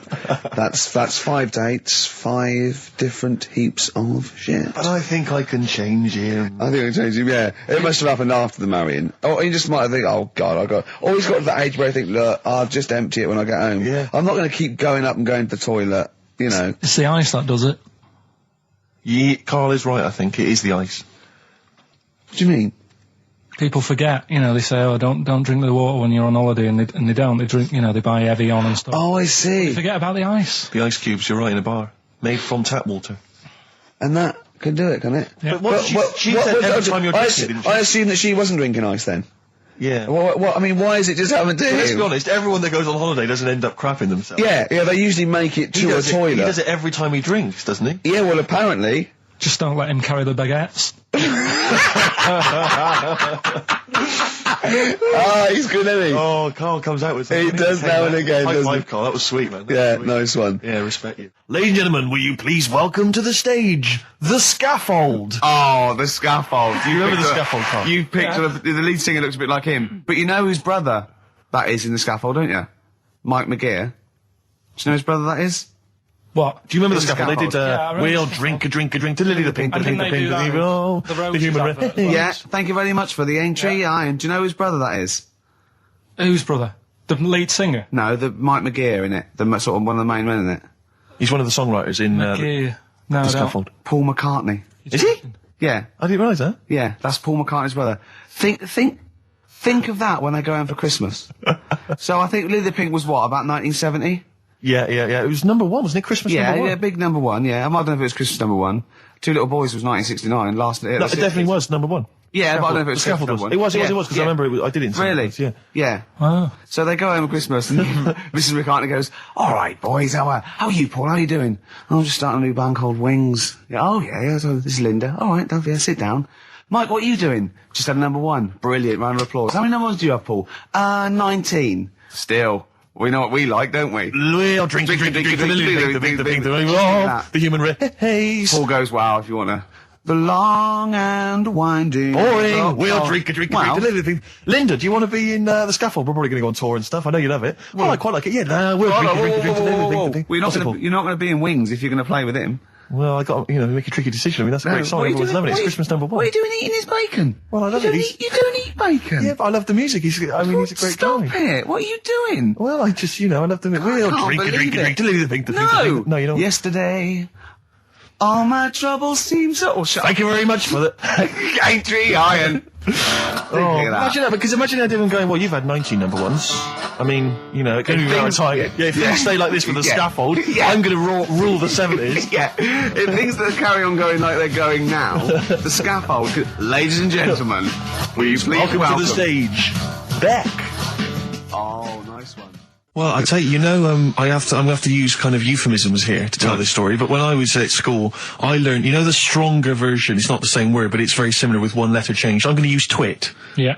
You know the word I'm thinking of? Yeah. But I'm going to use the word twit to replace it, right? And I went round... Do you think that's what? Yeah. All right. That's what I'm thinking of. And, so can I say it? Am I allowed to say it? No, it's weird though, because hang on, some people from Cornwall use that like saying twit. So if people listen in Cornwall... Do you know what a twit is? A pregnant goldfish. Well... Well, I learned the stronger version of twit. Yeah. Twat. For those that aren't sure. I learned this in school when I was like 10 or whatever, and I didn't know what it meant. I thought it was just a stronger version of twit. Yeah. I thought it was just if you were really annoyed with someone because they were a real twit. Because I is worse than I. Exactly, apparently. So, Carl would be a twit. And so I started using this at home because I didn't realise what it meant. I started using this at home. Oh, you twit, you're a twit. And saying it to my dad, you're a twit, but not saying twit. Yeah. And my dad didn't know what it meant either. That's great. I couldn't believe. So he started using it as well, right? So then we'd be driving in the car. He'd be saying to my mum, "You stupid twit." Say this to my mum, "You don't pull over. You're going to bum it, you twat." Saying this. Then I learned at school from Mark Johnson what it really meant. Yeah. Stopped using it. Obviously, finding out it was quite an offensive word. Yeah. I didn't want to bring it up to my dad. I didn't want to sit my dad down and say, "Dad, you know that word we've been saying? Yeah. You know what it means?" So now, to this day, I've never brought it up with him. So we'll be driving. I go home for Christmas. We'll be driving around. He'll be calling my mum that word, left, right, and centre. I think she knows. I think she's just embarrassed, or she's just upset, and she knows what I mean. She goes, "Why does he keep calling me this terrible word?" But he's the only one, I think, in our family who doesn't know what it means. No one's got the guts to say. I don't know whether I should tell him this Christmas. What a twat. I know. Cool, we've got some great tunes lined up. We're going to play today our favourite singles. It's a favourite tune, some of which didn't quite make it as singles maybe, but tunes of the year, because obviously Christmas very soon and we'll be away for a short time. And, I think next week we'll be doing our favourite Christmas songs of all time. Yeah, I'm worried we're not going to fill 2 hours with that. I mean, how many times can you play Shakin' Stevens before... Fairies Out of New York. Yeah, exactly. I mean, that's the only one, isn't it, really? That's the best one. That's the best Christmas song That one's good, ever. but obviously there's Joni Mitchell's The River. That starts with a kind of Christmassy feel. Beautiful. I don't think if there's anything else. Not a great deal. The so Waitresses, Christmas wrapping. Is that one? Is that Favourite brilliant? of mine. Is that good? Yeah. So this is Christmas. John Lennon. Paul McCartney came out with Simply Having a Wonderful Christmas Time. Christmas time, yeah, exactly. Yeah, but so John's was Happy Christmas War is over. Yeah. Of course it wasn't, but Hey, but I mean, at least he wanted no, to be. he was dreaming of it. He was dreaming of it. Yeah. I mean, and, bless him. And to show how much he hated John Lennon's war. dead as well. I don't know if anyone's... Yeah, no, they do. Oh, that's just another bit of rock and roll I like trivia. John's protest against war. He stayed in bed for a week. Yeah. I've been doing that. I've been protesting against war for ages. Yeah. I'm eating hamburgers absolutely. against war. Absolutely. I just go into Burger King on the way here. I went into the counter. But of course, that's not product placement there. And there's a number of other burger joints that people may wish to go to if I they often go to choose. McDonald's. Yeah, I often go to exactly. McDonald's. But I went into Burger King because it's close. It's convenient. It's convenient, but then often McDonald's will be convenient. Convenient. McDonald's is just convenient. Depends where you are. Just as convenient depending where you are. And I said, could I have a cheeseburger and small fries? Take away, please. And he recognised me. He went, "Oh, I've seen you on telly enough, one." Yeah. He went, "There's your meal." So I went, "Thanks." He winked and went, "I'll put large fries in." Brilliant. So that's so it's paying off at last. True genius is being rewarded but by I'm just the intrigued burger to know, joints. because I mean, there's been a couple of times where I've been with you, and we've gone in a restaurant and someone's given you a free meal or whatever. And it's the way that it's like you don't ask for it; it's just kind of offered. But I don't know what they're expecting in return. Nothing. I mean, do they think that you'll go away and you'll always think fondly of Chad who works in Burger King? I just think they think, oh, I don't know. They make. I'm going to give him a little treat. Yeah. I know, I don't like it, but then I'm always grateful, and I never... Yeah. But the thing is, I'm slightly embarrassed. Did anyone around you hear what had happened? No. Because I imagine the resentment, just the whole room No, they on didn't. you. I had to go around telling them. I went and said, "Excuse me, did you hear that?" He goes, "No." He just gave me the free thing because I'm on the telly. And I went, "I don't recognise." I went, "You don't recognise me?" I'm terrified now that that someone could be listening at Burger King HQ. You know, I'm assuming this is an unorthodox procedure. And that little fella's got fired. Well, they know it's Leicester Square now because I just mentioned it, so they know which Burger King it is. Oh my God.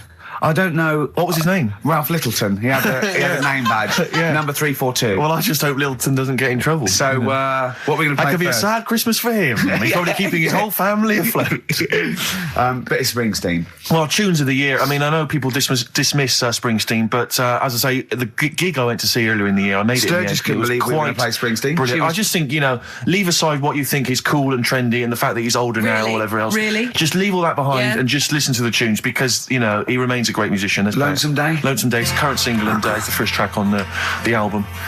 Free chips. Absolutely. Is it true? Talking about when his dad said that, and then you told me something that I find amazing. Oh, the thing is, it's Christmas. Obviously, I've got to go back to Bristol. I love seeing my family. Well, yeah, I do. But it means I see my grandparents, who are, brilliant people. I mean, lovely people, but mental. I mean, utterly mental.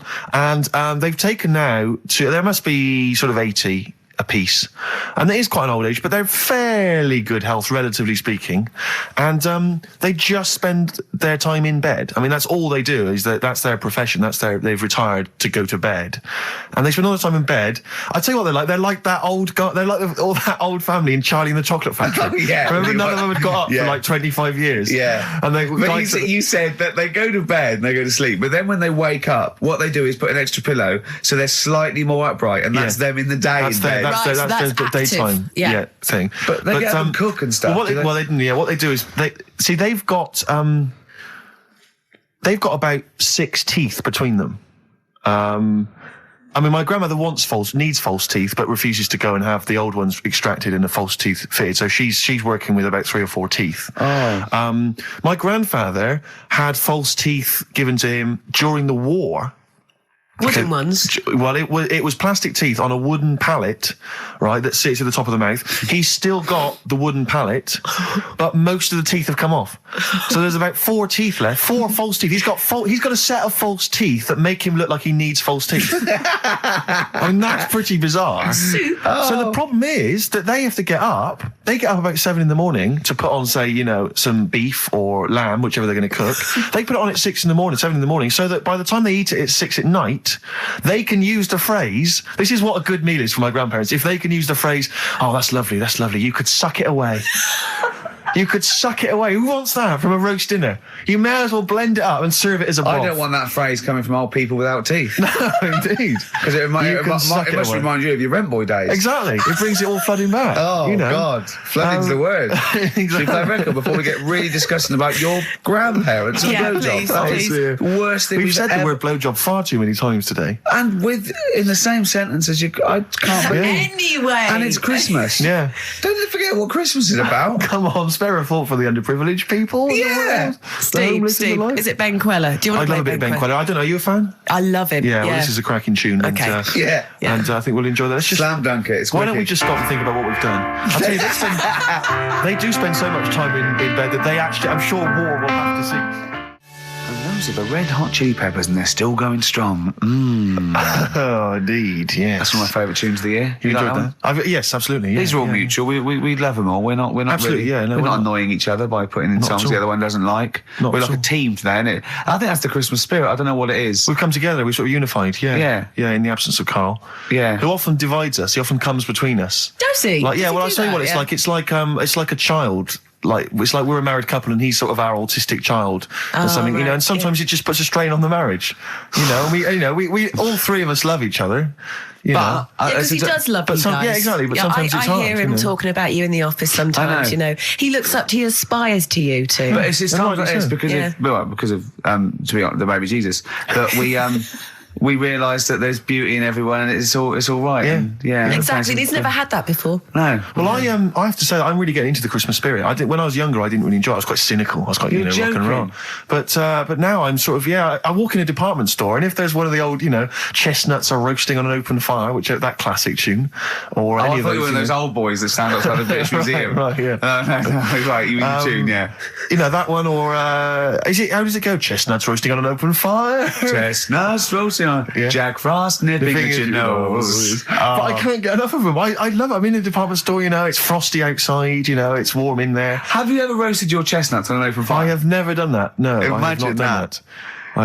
Just backing up to it like that with the little chestnuts hanging out like a bulldog. What would you be wearing? You probably I imagine you'd have your dressing gown on. You'd just hiked it up, just slightly, put it so your up, arse was showing. Pop them down, tuck it in like a lovely lady. Yeah. So like a lovely lady from the front, but behind it looks like a bulldog dragging a tree. And you just pop them in the grate. Yeah. And you would, because you want to be careful of too much roasting. So I imagine you'd want to just kind of ease yourself in slowly. Lightly toast them. And if it feels too hot, get out of there. Get the hell out of there. Yeah. That's if any kids are listening, try that. No. What? No, like there's a kid thinking, I'm going to roast my chestnuts on an open fire. I don't think there's even a child that's I doing don't want that. someone to do it, and then the parents go, and Steve Merchant's told our children to do it. We're probably we're probably in trouble now because of that. Where's the kid going to find an open fire like those? I mean, it has to be the sort that they use, those kind of barrels. It can't just be open fire at home. That doesn't count. That's just stupid. If you're going to do it properly. Dear. Oh, no. We're having such a nice time there. We've lowered the tone. I'll tell you what'll perk us all up, though. Richard Anderson has emailed us. He's loving the show, is he? Well, I don't know if you've heard this, Carl. Carl, I called you Carl. That's okay. That's okay. I'm Claire. Pleased to meet you. Is it the shaved head or the stupidity? Yeah. It was the k sound. Because didn't I call you Arthur or Jack or something last time? He called me. I can't remember. I don't know, but it was quite embarrassing. Claire, I'll be honest with you, Claire's quite an unmemorable name. Yeah, I know. But yeah, Dickie Anderson, he's a guy. I'll be honest with you, he's not a big fan of the show. But well, we're getting to winning round. He says, "Dear Ricky, the more disappointing your show becomes, the more I seem to look forward to it." Now I see your face plastered across London. Is your show some sort of curse put on me by an old gypsy woman I've annoyed? Good point, Dickie. But Dickers. But Randers, as I call him. Yeah. He can't listen now. I know what he's doing. Yeah. He's tucked him in. He's backing into the fire as we speak, and he wants to roast them until they spit. Oh dear. Thanks for listening. Thanks for and Merry Christmas to you and Happy New Year. And as you know, you got a lot to look forward to because our first hour is always the best. That's exactly. So you're going to be loving it till 3, cockers. Oh dear. What should we play? Well, this is every so often I get sent a CD by a friend of mine, Harry, who just sorts me out with tunes that I may have missed. That's such a good idea. It is a great idea, and this is one that I think it came out this year. It's a Teenage Fan Club, and they teamed up with Jad Fair, and I think it's a mixed bag. The album apparently, but this is one of the good tunes on it. New to you. I'm running out of steam now, Steve. A bit tired. Are you? So I've got 15 minutes to do, so we better think of something to say. Well, I genuinely was going to ask you, because obviously Christmas is approaching and I've not even started to think about Christmas gifts. I don't know how you're getting on, Claire. I never do. But, because Claire, you're aware of what Ricky bought his family last year, aren't you? Oh, yeah. Do you know, I am, because he told me and I've completely forgotten. It's extraordinary. It is extraordinary. I mean, how much thought and planning went into it? Right, I was pressed for time. How many kids were there? How many people were there? This is it. I've got a big family, okay? Well, not big, but I mean, they've got lots of kids. So I'm sort of youngest in my siblings, and so they've got kids ranging from like 30 to babies. And there's about 15 of them. And you buy them all? Yeah, I'll try and get them. Nice. So what is it? Wait. So I got a lift down. And I thought, what can I get? I thought, I can't just give them the money. I'll stop you there straight away, if I may. What? You notice he's on the way down for Christmas Day. Oh, right, so he's on the... Oh, right. He's on the way down. This is when he starts... Boxing Day. So this is when he starts to think about buying them a gift. Yeah. On you go. So I was getting a lift, and Matt was giving me a lift down. So just before we got there, I just ran across the road to the 7-Eleven, got 200 quid worth of scratch cards. Scratch cards. Bear in mind, I think you were describing the family then. I noticed some of them you described as babies. Well, I mean, yeah. So, children? Yeah. You're giving the children the gambling cards. But that's lovely. I give them 10 each, so they could have won thousands of pounds. A lot of them were disappointed when they won nothing, but I said, kids, that's the gamble. That's the risk you take when you receive a gift from me. But the great thing about getting some of them won. Some of them were laughing. But the great thing about getting kids hooked on gambling as a Christmas gift is it's the gift that keeps on giving. Yes, it is. Yeah. Throughout your adult life. It gives and it takes. Exactly. So it's fair. Yeah. I didn't hand them to children. I handed them to the parents. Right. They could chose to do them. They could distribute them as they wanted. Sure.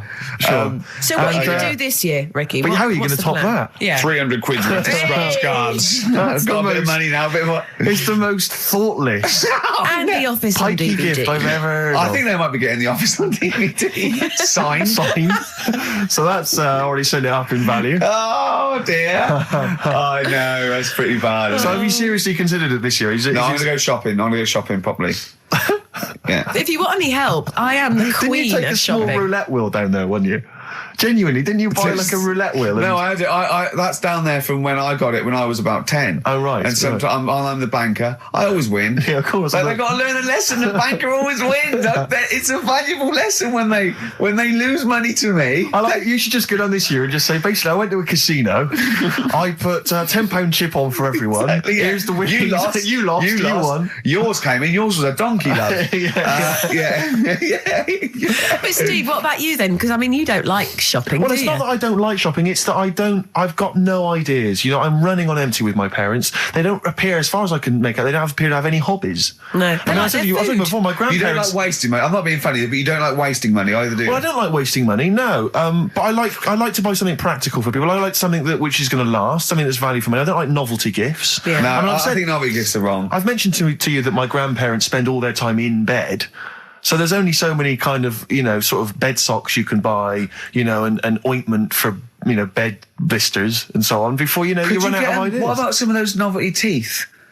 Because that would be, a nice jokey present, and they could probably come in useful for chewing the broccoli. Yeah, exactly. Oh, do you know what would be nice? One of those. No, I'll tell you when. No, go on. Those sort of travel pillows. So when you're travelling and your head sort of falls down, like but they travel from vertical to almost horizontal. They're sitting up in their bed. Get on one of them beds that come up. You're not made of money. What am I talking about? Like Thora Heard's bed. Thora Heard's bed. Does her feet ever touch the ground now? Do you know what I mean, though? No, it's literally... She goes shopping in one of those little trolleys. She goes straight into her room. She's up the stair lift. She gets lowered into the bath. Yeah. It's ludicrous. I'm just lazy. I mean, I tell you that, but I mean... Well, there's a whole idea. But if you're earning the kind of money that that Heard is on, with her songs of praise and whatever under the else. sofa, Exactly. money for She old was at the Comedy Awards last year, wasn't she? Well, I'll give her an award. She's up the stairs like a greyhound. She can move then. Yeah. But so I've got no ideas. Absolutely no ideas. Okay.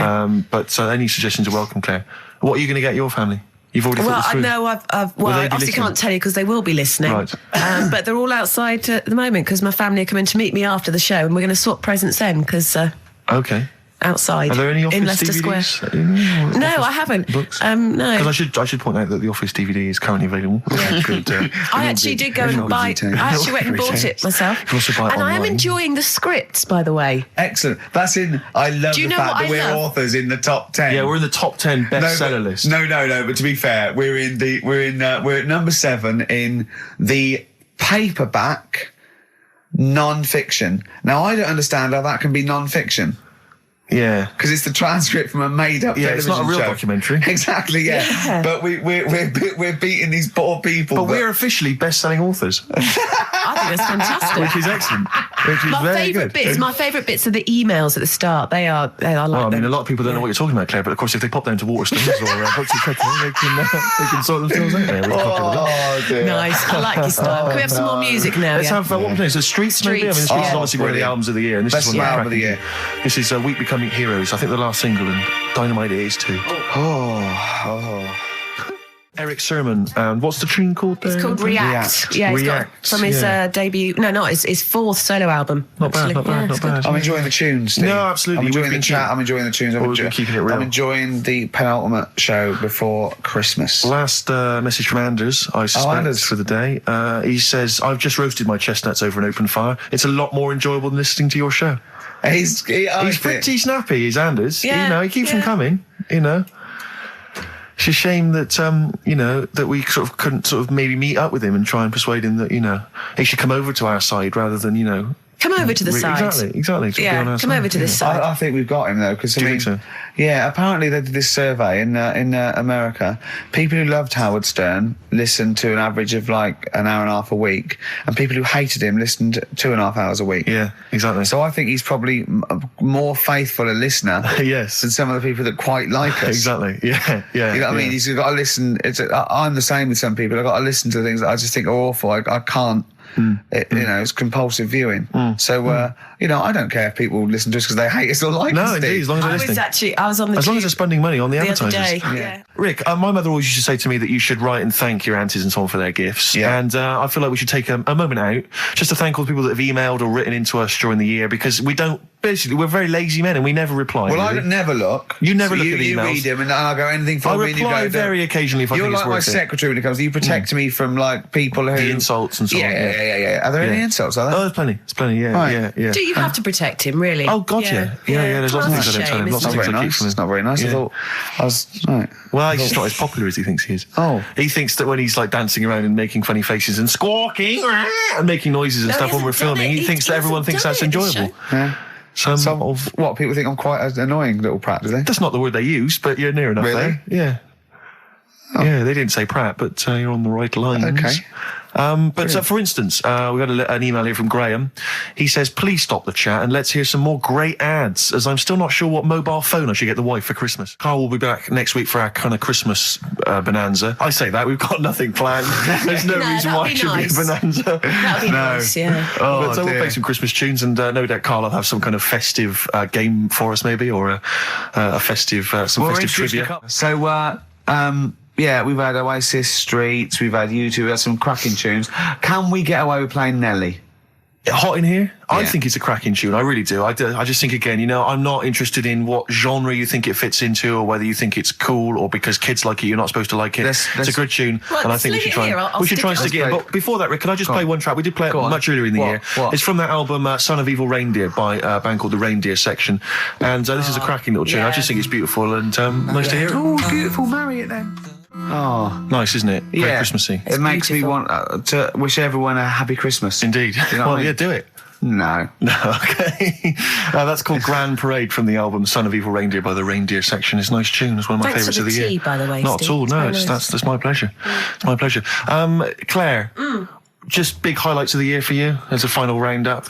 Sort of things Highlights have you of the enjoyed year? this year? I mean, musically maybe, or maybe stuff you've, Musically, I've enjoyed that band, The Music, Okay, and The Rapture. sure. And the Electric Six. Remember last time I sat in for Carl, we played Danger, High Voltage. Yeah. For like one of the first That times. was the first time I'd heard it, you And, played and now that, yeah. we're playing it every hour. Because you're sort of a pioneer, aren't you, musically on XFM? You're one Well, of the people I who keeps it remember pretty raw. the here, early pretty days of cutting edge. Idlewild. Ricky, do you remember the early days of Idlewild? I'll take All that those back years as ago? well. Teasing you about them playing the Pinder I and know. Wakefield stuff. That latest single I love, and Yeah. the video's great as well. Yeah. I'm a big fan of Idlewild I knew now.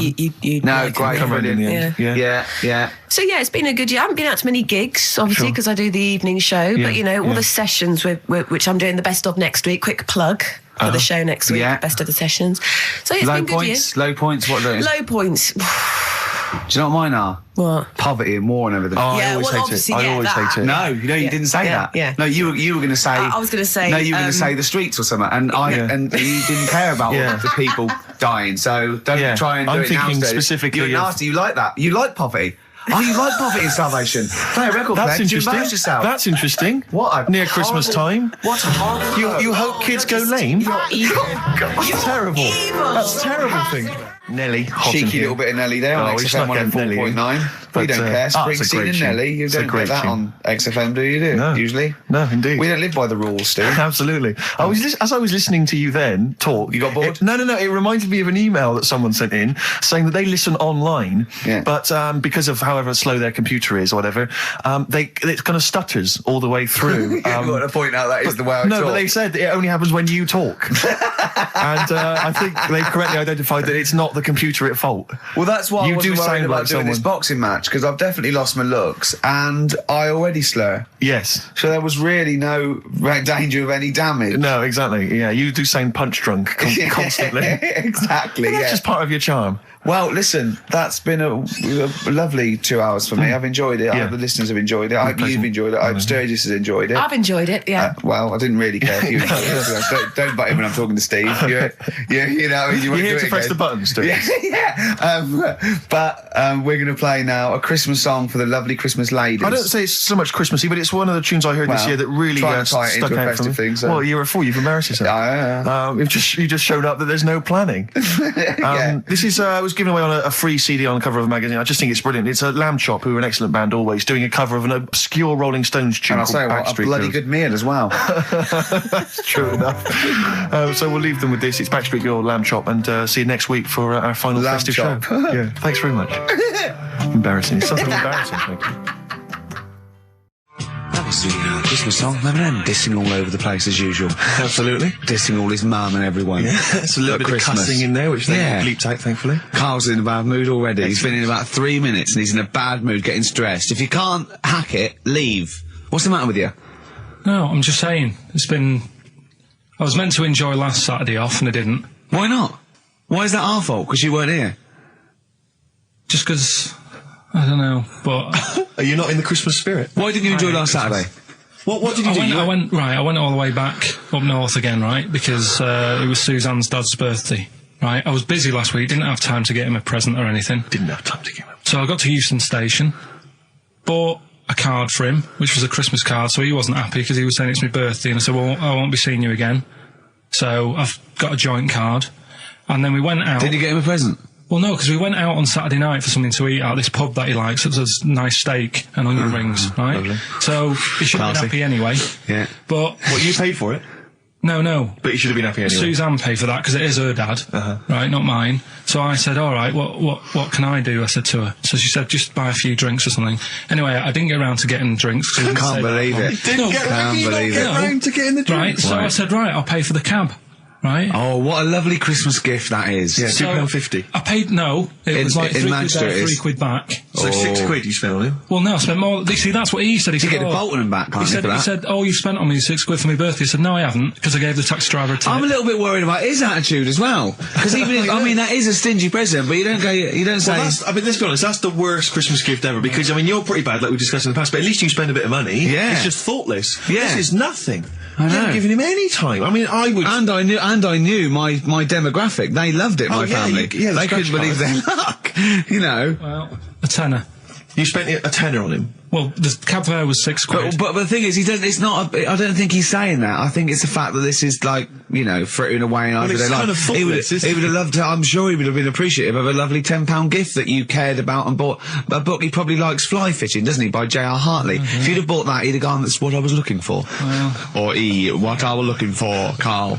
Bloody hell, Carl, you little bald twat. That's just what I wanted. So, alright, so just calm down. So what have you got planned for Christmas? Is this what, I mean, are you doing the same approach with Carl, Suzanne? excellent. You've paid me milk bill for this week. That were nice. I'm spent this year. So That's it. have you planned anything for Suzanne, or are you just... Yeah, gonna- I'm taking her out Christmas Day for something to eat. Well, does she know that? Was that? She's working today, so she, you know, so... Right, okay. So what Christmas gift have you got? That's it, I'm taking her out. What, you haven't got a present? No, because we spent a lot Don't this forget, year. that's half yours, though. You're not going to just be sitting there watching her eat, going, oh, I'm hungry, but I spent all of it. You're going to be eating as well. That's half yours. So she's got nothing to unwrap. He's like a cat who's been hit. She's got nothing to unwrap. There's nothing. She's going to hand something over to you, because I've met the woman, she will. She'll hand something over, you'll open it, you'll love it. Right, I might get something today. You shouldn't take me to begrudgingly persuade you to do it. God. Yeah. Right. So... Yeah. Well, I'm gonna try and stick in some Christmas songs. We're not playing all Christmas songs, but I brought in a couple. So this is Christmas, John Lennon, Yeah, The well, River, it's all Joni good. Mitchell, Yeah. Fairy Tale New York, one of the best Christmas songs ever. Oh, what about a bit of Pretenders? That's a good one. 2,000 Miles. Let's hear it. Pretenders, 2,000 Miles on XFM 104.9. This sort of Christmas edition. We're not here next week, are we? No. Carl is, aren't you? Well, you are in a way. I was doing the best of, innit? Yeah. Is it a best of? Yeah. Brilliant. Have you been putting it together? Not yet. Okay. You want to get a move on? I'll do it today. Tell me what bits you want in it, and I'll sort it out. It's not for me All to the say, best is it? stuff. Yeah, it is the best stuff. Well, maybe people could email in with their highlights of the year for them. I'm trying to think what they were. I mean, mostly talking to Carl. It'd be mostly Carl, wouldn't it? Mostly Carl. Gibberish from Carl. Oh, I think it'd be an awful lot of educating Ricky from Carl. Well, ricky.gervais@xfm.co.uk if you've got any thoughts on stuff you'd like to hear. Again, Is there anything you'd like to hear of Carl saying something stupid, me and Steve laughing or slapping him? Yeah. That's basically the Yeah. competition, isn't Well, it? there's a couple of instances where I tried to kiss him, I think, and you encouraged me. Yeah. Those are some highlights for me. Don and Blitzen from the About a Boy soundtrack by Badly Drawn Boys. Christmas theme there. Christmas theme there. You spotted the Christmas theme. Yeah. Carl's not really in a festive mood, but I can't imagine Christmas is your time of year, is it, Carl? Well, I'm not sure any time of the year is, really. I liked it when I was about... I think when I was about 7, I enjoyed it. was that the one? Was that the year, the big year for You you? get loads of stuff, you don't have to worry about anyone else, but once you've, like, got a job... What did you get when were you doing your paper round? How old were you then? I was about 13, 14. Well, that was then you were a man, weren't you? I had to buy stuff. Oh. But you're still not You're quite a having a good selfish time. man, aren't you? I didn't realise this. No, it's just that And Christmas... that's coming from him, Carl. My dad always said... All right, steady on. Dad said Christmas morning was for, like, you know, for me, so he used to stay in bed. So he never... That's brilliant. That's a great thing to say, isn't it? Yeah. Christmas morning's for you. Run wild. Do what you want. Just don't bother me. I'm going to Honolulu for 2 weeks. That's great. Dad, it's Christmas. Do I have to do anything? No. So my mum used to get up, because she used to like to see my face light up, you know, when I opened the presents. And then... to give fireworks. And then... then I'd have to go to my bedroom from about 6 o'clock onwards, because, like, my mum and dad were into having big Christmas parties, and I wasn't, like, old enough to go. Right. So they'd say, right, you know, you've had your fun there, you go up to your bedroom, stay in there. Really? Yeah, I remember one year, right, I got a train set, that's what I wanted. Yeah. Right? It's brilliant. Playing with it all day. I thought, I don't mind about the party, I'm happy staying up here, playing with this. Brother comes in, he's had a few, right, he's going, yeah, give us a go on your train. How old is he?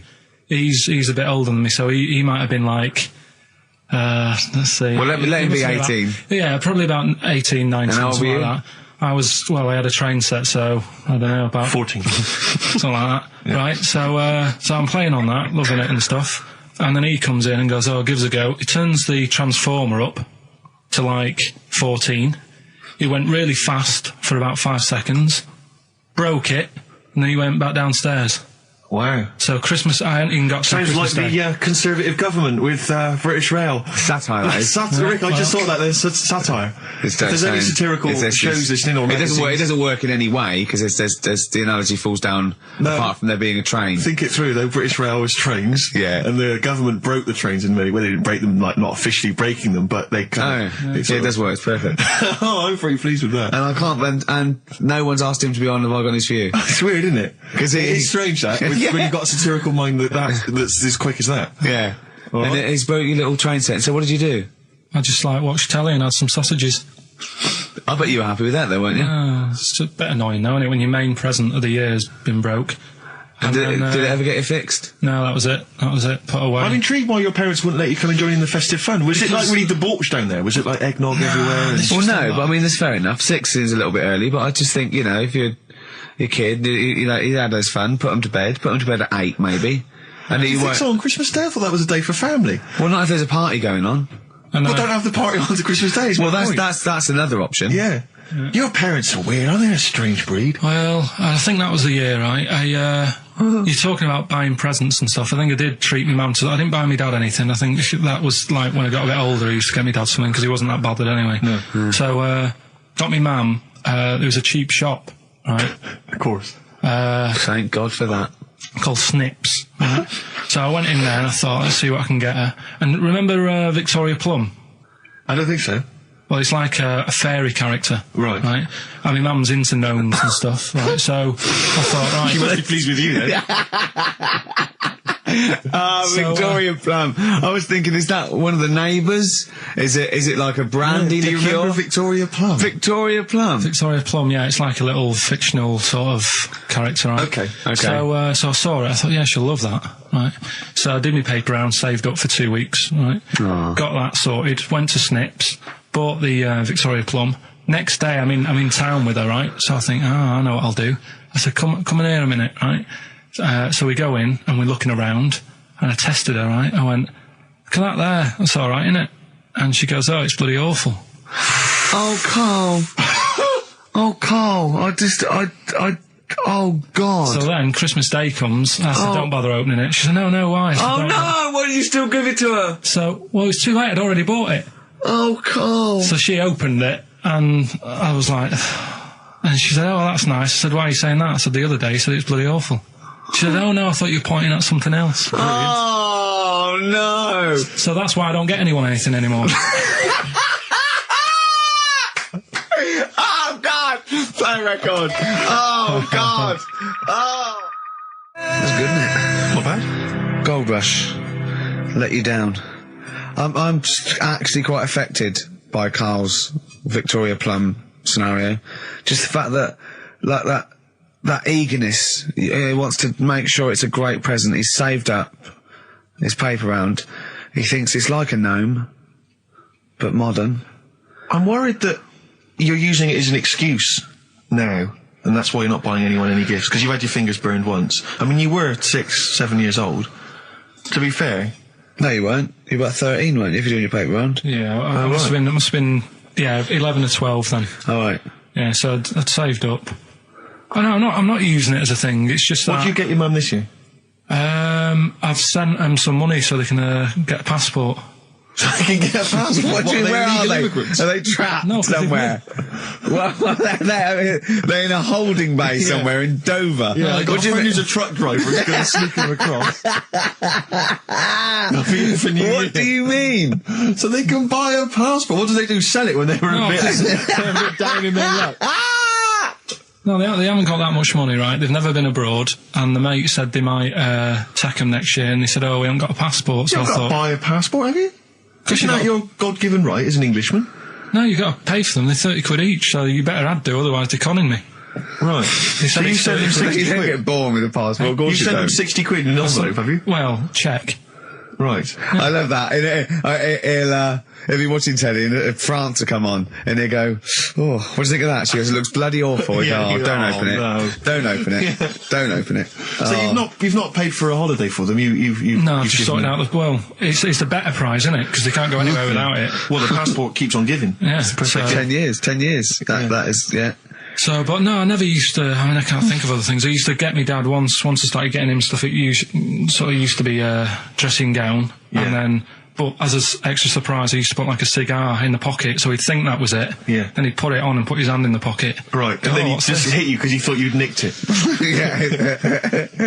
Oh dear. So you bought him a jacket with a cigar? That's quite thoughtful. Did you sneak a cigar once on Christmas? Yeah. Well, that's when they used to have like the big do's, like I say. You know, they were known for it. Like the whole estate used to know that. You know, we were having a party. Yeah. So they'd all come round. So they'd all come round and just have food and drink and that. I cannot imagine how unpleasant that must have been. Awful. And you locked in your bedroom with a broken train set. Yeah. And looking at Victoria Plum, whatever that was. In the bin. Oh, in the bin, yeah. And hear a mum saying, and he got me this. Isn't this piece shit? of rubbish. You could hear him just throwing it against the wall and laughing. And all the neighbours laughing. And you'd come down, just be in pieces with loads of spit on it. Just loads of gob on it. Eyes. And all the Polaroids of them just like laughing at it and pointing. Stamping on it.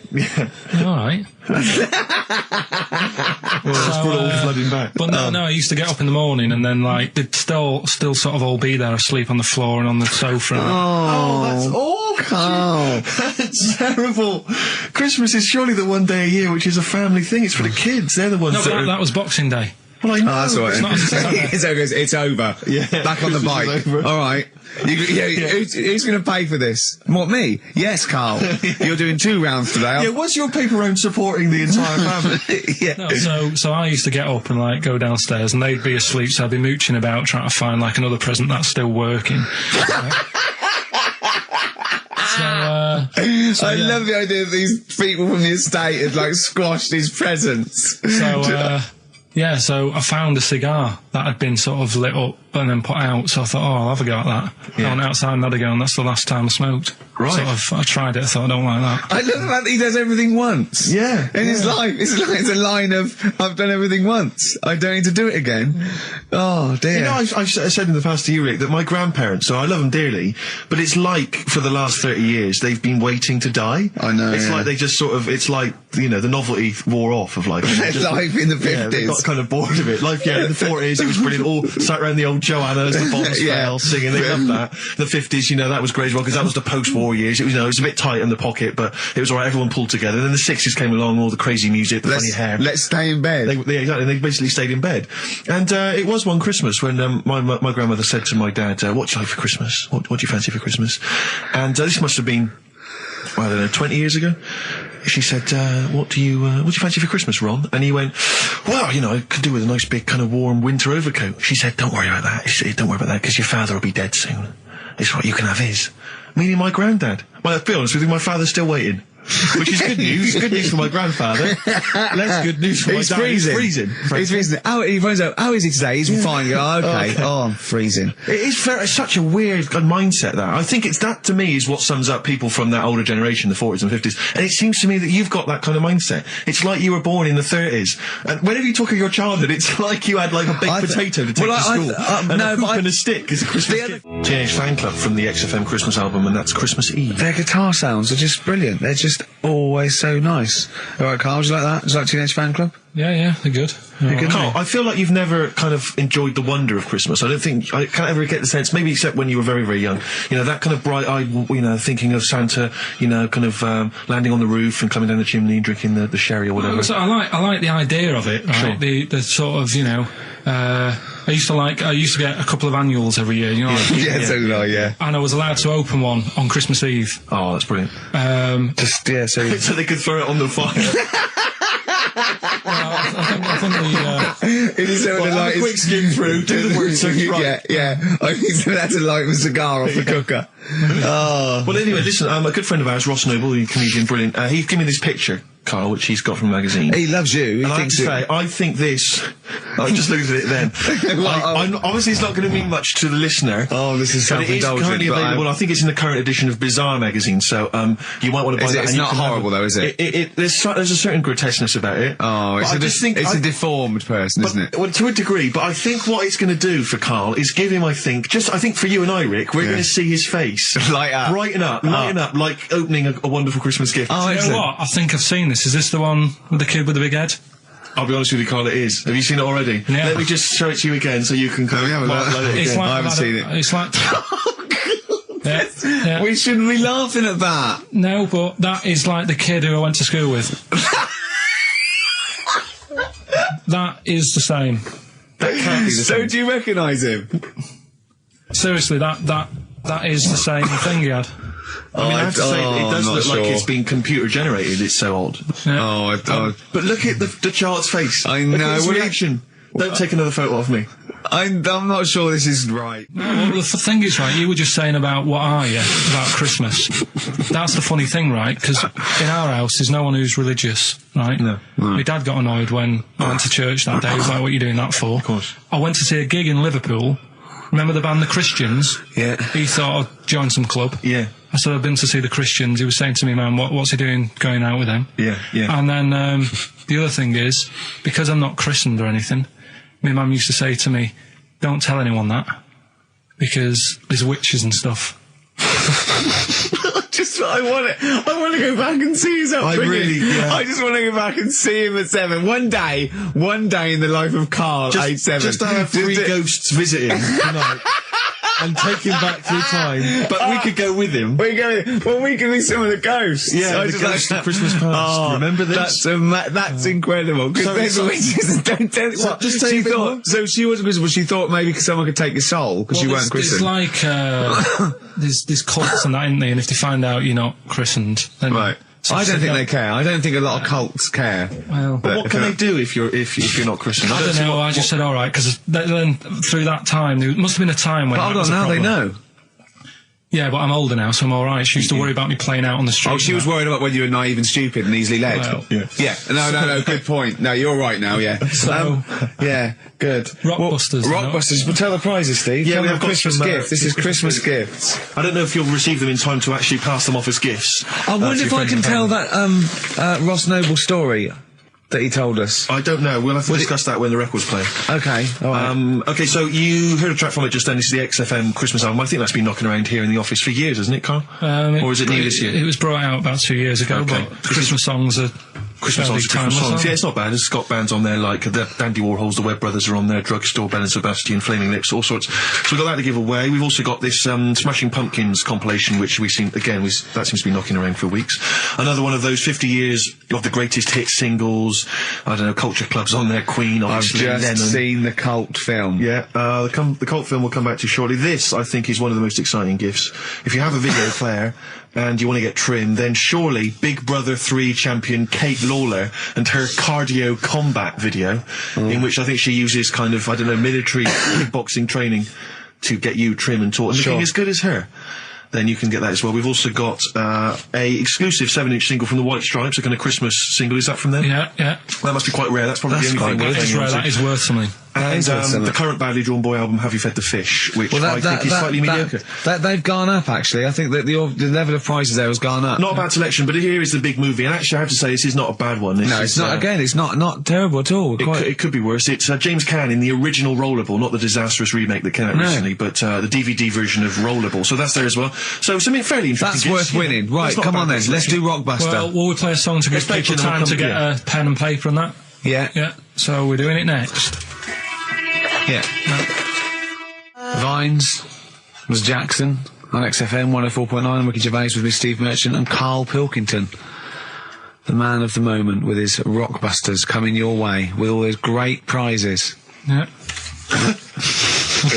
Right, we're doing it now? Yes, sir. I noticed Heat magazine sort of put a bit of a spanner in the works. Why? Because they were saying, maybe it'll be a Christmas edition of Rockbusters. And I'd already sorted them out. I wouldn't worry, Karl. Well, what I've done, I've cleverly tweaked them to make them Christmassy. So the Christmas bit in it has got nothing to do with it whatsoever, but I just thought...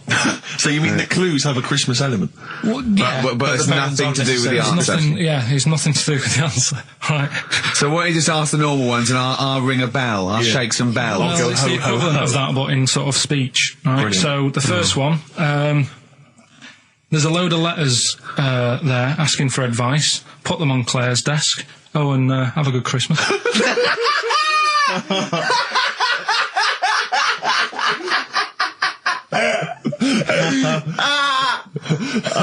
Give it to us again. Oh, God. Right, so there's a load of letters asking for advice. Put them on Claire's desk. And have a good Christmas. Right, but bear in mind, people, that the Christmas element may not be relevant to these that's got nothing to do with it. I don't want to... Okay. And the initial letter is F, right? That's F. All right. Right, the second one.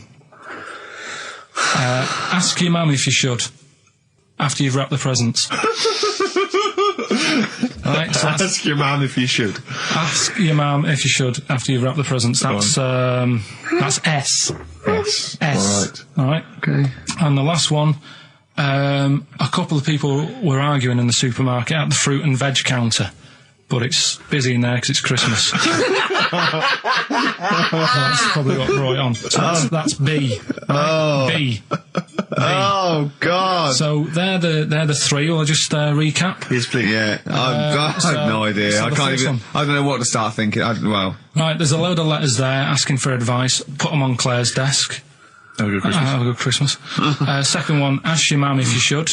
After you're at the prison. S. And the last one, a couple of people were arguing in the supermarket at the fruit and veg counter. But it's busy in there because it's Christmas. Busy because it's Christmas. That's a B. So they're the three things. It's email only, this one. Please remember that. ricky.gervais@xfm.co.uk. ricky.gervais@xfm.co.uk. Yeah. Brilliant. Oh, looks happy with them. He looks he's really very happy pleased, with and them. rightly so. They're cracking. They're good. Yeah, They're good. Pleased with those. So, All right. Is there going to be more Rockbusters in the new year? We're not sure. I'm still, thinking about new ideas that we can do.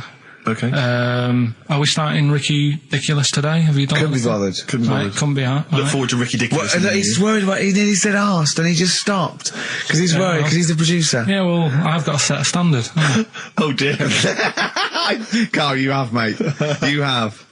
So that's that. We've still got to come... I'll tell you what. Why don't we have a lovely tune, right? You make the tea. We're opening these biscuits from Alexandra. Yeah. We'll be enjoying that, right? Maybe segue so we can have a nice little, rest. I don't want to talk through it. It'd be rude. And then we're coming back, and as part of, like, Parkinson, and Do We Need Them? Do We Need Them? Yeah. Carl has interviewed an expert on jellyfish. Brilliant. So we've got that. Plus, of course, we've got a two-part Educating Ricky. You've got Educating Ricky still to come. With a Christmas theme or not? And we've still got things like the Pogues, John Lennon, Joni Mitchell, just David Bowie. Are you suggesting there's going to be some great music and some fun chat? And some fun chat. Lovely. Let's do a classic. Let's do a big stomp in one of the best Christmas songs of all time, shall we? What are you thinking? Fairy Tale in New York. Excellent. Fairy Tale in New York. Oh, it's always amazing. Pogues featuring Christian McCall on XFM 104.9, the Christmas edition. Indeed. David Bowie, Everyone Says Hi. It's quite a melancholy feeling about today's show, isn't it, that Christmas? I think there's often... Carl with his Victoria Plum. I want to see a Victoria Plum. I want to know what it is. Does it look like a little gnome? It's a woman gnome. A female gnome? Yeah. A little gnome. Did your mum collect gnomes? She likes anything gnomes. She likes fairies. She likes Indians. She collects all that stuff. Yeah, and it doesn't matter what it is. What do you mean? You know, like a proper Indian with all the headgear on. Or a Native American. She likes anything with them on. Like, you know, it can be a fridge magnet. It can be... Just anything. A lot of Native American wisdom is around the fridge magnet because they think it has special powers of adhesion. Yeah. Yeah, that's, you read some of their writings, the great works. Snowbird from Mark Ikes are part of his covers album. He's so happy that the XFM listeners understand his stupid clues, and he knows it annoys me. We've got some right answers. We'll be giving out the answers just quickly, just in case someone sort of missed one of them. I'll just quickly do them. Yeah, go on. First one, there's a load of letters. There's a load of letters there asking for advice. Put them on Claire's desk. Oh, a Merry Christmas. Ask your mum if you should. Oh, a Merry Christmas. And a couple of people were arguing in the supermarket. It was Christmas, that's why. Counter. And that's B. Okay, we'll give those answers out shortly. Yeah. I just have to show you something, Rick, before we move on. I know we've got another Educating Ricky, but someone just sent this in. Yeah. They've been looking on eBay for Victoria Plum. You're joking? Come here and see the photograph. Oh, God, that's fantastic. Let's have a look. That's it. Oh, God, he got that for his mum. It's the worst piece of tat I've ever seen. Carl!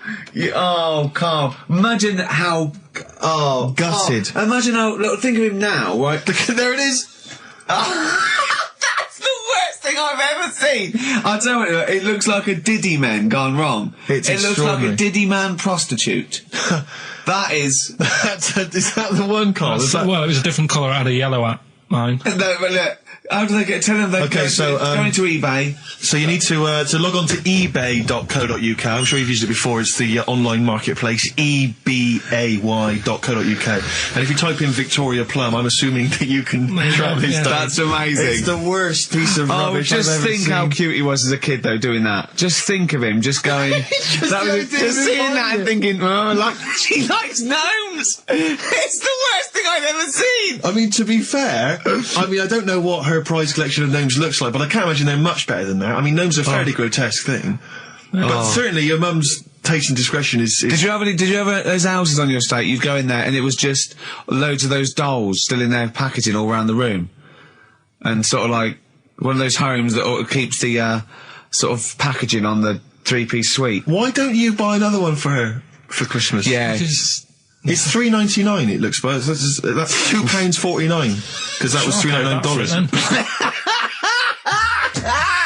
Well, oh, buy it, Carl. No, I've sorted out her passport this year. Anyway, I'll get her that next year. Right. So listen, right? Okay. John Lennon.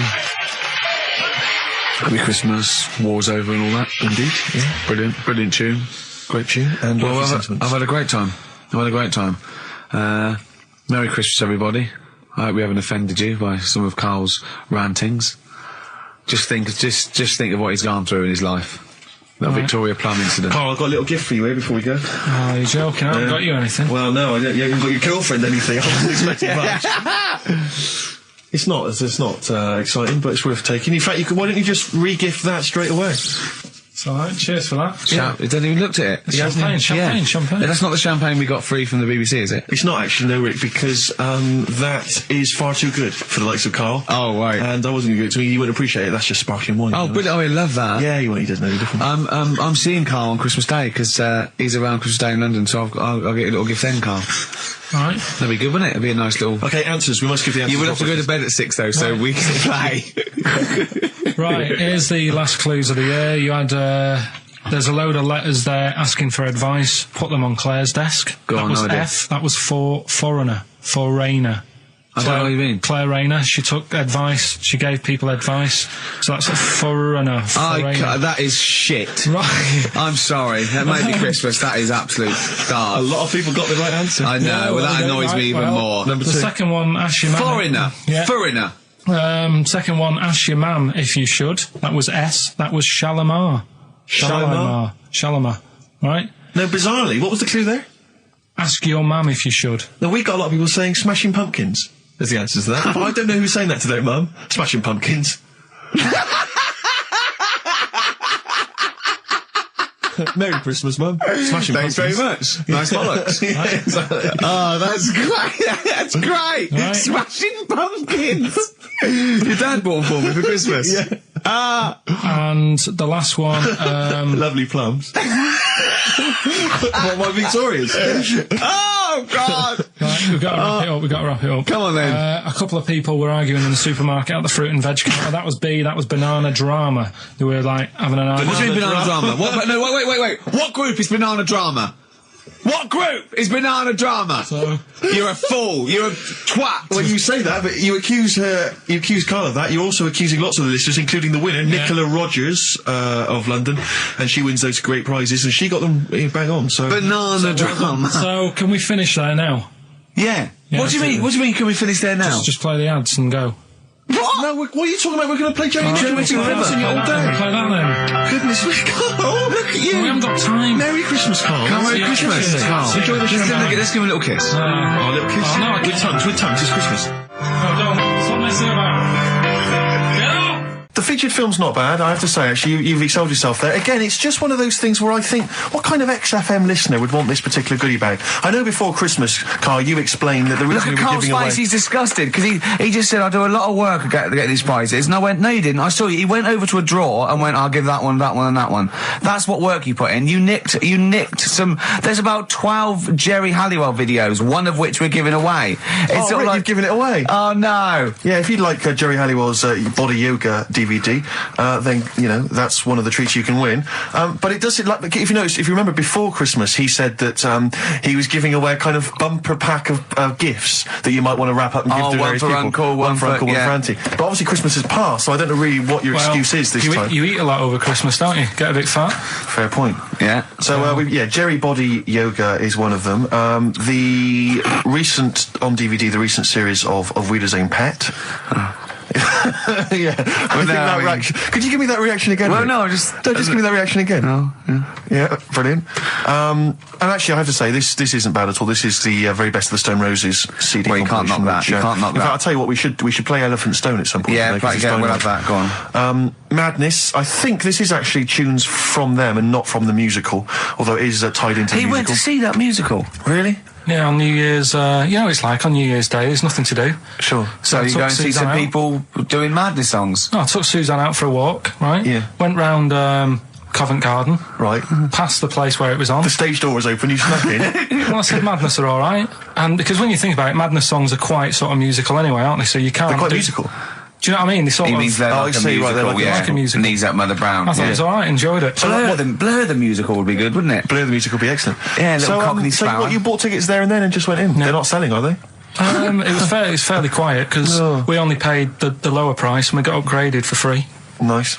So You enjoyed it though, did you? I'd loved it. And would So, anyone like to come on stage with us? Yeah. The little bald fella. Yeah, go on, I'll give it a go. And what home are you from? Where are you? What are you doing tomorrow? Well, I'm going. No, you're coming here tomorrow. Come here tomorrow. Is he not doing well? That's a disappointment. I don't know. I mean, it was New Year's Day, so maybe that's why it was quiet. Okay, well, if anyone It's hasn't seen this fine. or didn't receive it for As Bono Christmas... said, all is quiet on New Year's Day, Carl. Yeah. Also, we've got to give away Minority Report by I like that. Steven I enjoyed Spielberg that. with Tom Cruise, which is on VHS. A good rip-roaring sort of film. It's not bad. That's probably the best thing we're giving away, but as I say, we can always leave some out if you don't I'm want... arresting you for the future murder of Sarah Marks. Brilliant. That's the sort of excitement and drama you'll be getting in it. It's not brand Little new. taster there. I got that off Paul Anderson. He said Right. here's something to watch over Christmas. So you've actually watched this already? Yeah. All right. I've rewound it. That's probably added No, to it, you though, have. isn't it? It's touched by the great man himself, Karl Pilkington. And it's all right, I'd say. It's worth a watch. Can I just ask Carl how he got on over Christmas? Because the last time I spoke to him, you hadn't bought a present for your girlfriend. I have to say, I was on tenterhooks all Christmas. Well, you changed it. After that show, I felt bad, even though I shouldn't have done, because... Because you hadn't bought your girlfriend a Christmas Yeah, but I present. said to you, I booked a table at a hotel in Covent Garden, had Christmas dinner there, which was nice, right? It's good food and everything. Didn't feel like enough to me. Well, then I went out and treated some stuff, and then... No. A couple of days before Christmas, He went, I took Suzanne to that hotel we're going to go to for Christmas dinner. We had tea and cakes. And I went, oh, you treated her? He went, no, she paid for it, but I was just showing her what it was going to be like. That was her extra treat. She paid for it. I love that. Brilliant. Yeah. Well, it was a dear. It was like 150 quid for a meal for two, which is pretty dear. So I'm not going to buy her cakes as well. I love that. All right, love, have anything you want. You pay for your own pudding. I'm not mental. Yeah. So you treated her to some other Yeah, stuff. some bits and bobs. And then yesterday, she chose them and you paid for them. what, the presents? Yeah. No, Or you chose them and she paid for them, but, you know, it's the thought that counts. I got them on the way home that Saturday. Well done. And what Past did you some buy? shops. Well, just some bits. It might be personal, Steve. Well, I don't care. Just some bits. Yeah, Just but bits and pieces. leave out the personal bits. What bits? Just little things. And then yesterday, right? A monkey wrench and a new washer for the shower. Yeah. Some recordable CDs that you need for your job. Oh, So, dear. now, when you gave those presents to her, did her face light up? Right. I don't want to tell you what they were, right? But she wasn't that impressed. You're going to tell us what they were now, tell Carl. us what they are. You even know what they are. She told you on Christmas Day. Hold on, wait a minute. But Right. it doesn't matter what they are. It does matter what No, they it are. doesn't. It doesn't does, matter. Carl. It's you, mate. Of No, course it doesn't matter. Oh, God! Have you just remembered? Yeah! Right, but don't. There's no need. I've got to tell him, Carl. I really want your permission because I don't want to be I know it's not, but we know it's not that embarrassing. It's really quite sweet. Yeah, but in a way, right? The way I look at it is, right? Christmas, even when I was a little kid, right, is not. Please let me tell him, Carl. Well, let me just tell you first, though. Oh. Let me tell you why I didn't go all out on the old present front. All right. Justify yourself. Right? First of all, I've covered it up since then anyway, right, with that present, because I bought her some shoes yesterday, and she did say, I'll give you the money for them, but when I get home, I said, it's all right. I said, you can have them, right? So not only did I buy her some food on Christmas Day, I got her shoes. She's probably had a And total they feel like a horse. Yeah. It's sort of like, yeah, there you go, there's your shoes, there's your food, right, bed down, see you later. Yeah, but what I'm saying is I she's have done. fed and clothed Yeah, her. did you comb her hair? She's done well this year, right? So the thing She's is, done well this year. It's like you're a single parent living on a council estate with a smack problem, and you still managed to buy them some Lego. when I was a kid, right, it wasn't about what you got. I remember one year when I was about 8, right? Oh, this is going to make me cry, isn't it, this? No, it's not. I'm just saying the way it is, right? I woke up at about 4 in the morning. And I was like, oh, what have I got? And I couldn't sleep. I was that on edge. It's the excitement of Christmas, isn't it? It's like, oh, what's wrapped up? I need to know. Sure. Yeah. And it's the fact that people are saying, no, you won't know until tomorrow. Yes. That annoys you and winds you up. Okay. So I got up at 4 in the morning, opened my presents, and then went, right, I know now, went back to bed, had a great sleep. Yes. Right? So it's nothing to do with the excitement of what you get. It's the excitement of not knowing what you've got. And then what happened when you got up to go down with the presents? Hang on. So what you're saying to me is that you could wrap up a brick because the thrill of Christmas is in hoping and being excited about what it is, not the actual gift itself. Yeah. Is that what you did? Did she get a brick? No, let me tell him now what he got. He got her a present, right? And she said, she came. I said, yeah, he got me. It was an industrial-sized packet of condoms. It was a joke gift. No, it No, wasn't, it wasn't a joke. gift. It wasn't even a joke. I went home that Saturday after the year, past Boots, thought, might have something in here. They were on, like, some value.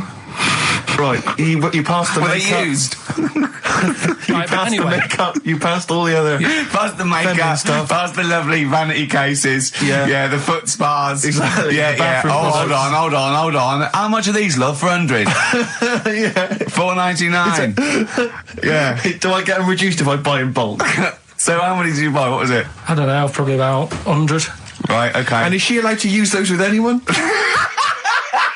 Did you wrap them? Can she just go out and have a wild Well, time you don't with need to wrap. They're already wrapped, aren't they? Oh. And then what did she say when she opened them? I No, just- wait. Carl, what did she say? Right, play a record and we'll come back to this. Oh, you're worse than my father. That's genius. Made famous, of course, by Jimi Hendrix. Yeah. That's All Along the Watchtower, as originally done by Mr. Bob Dylan.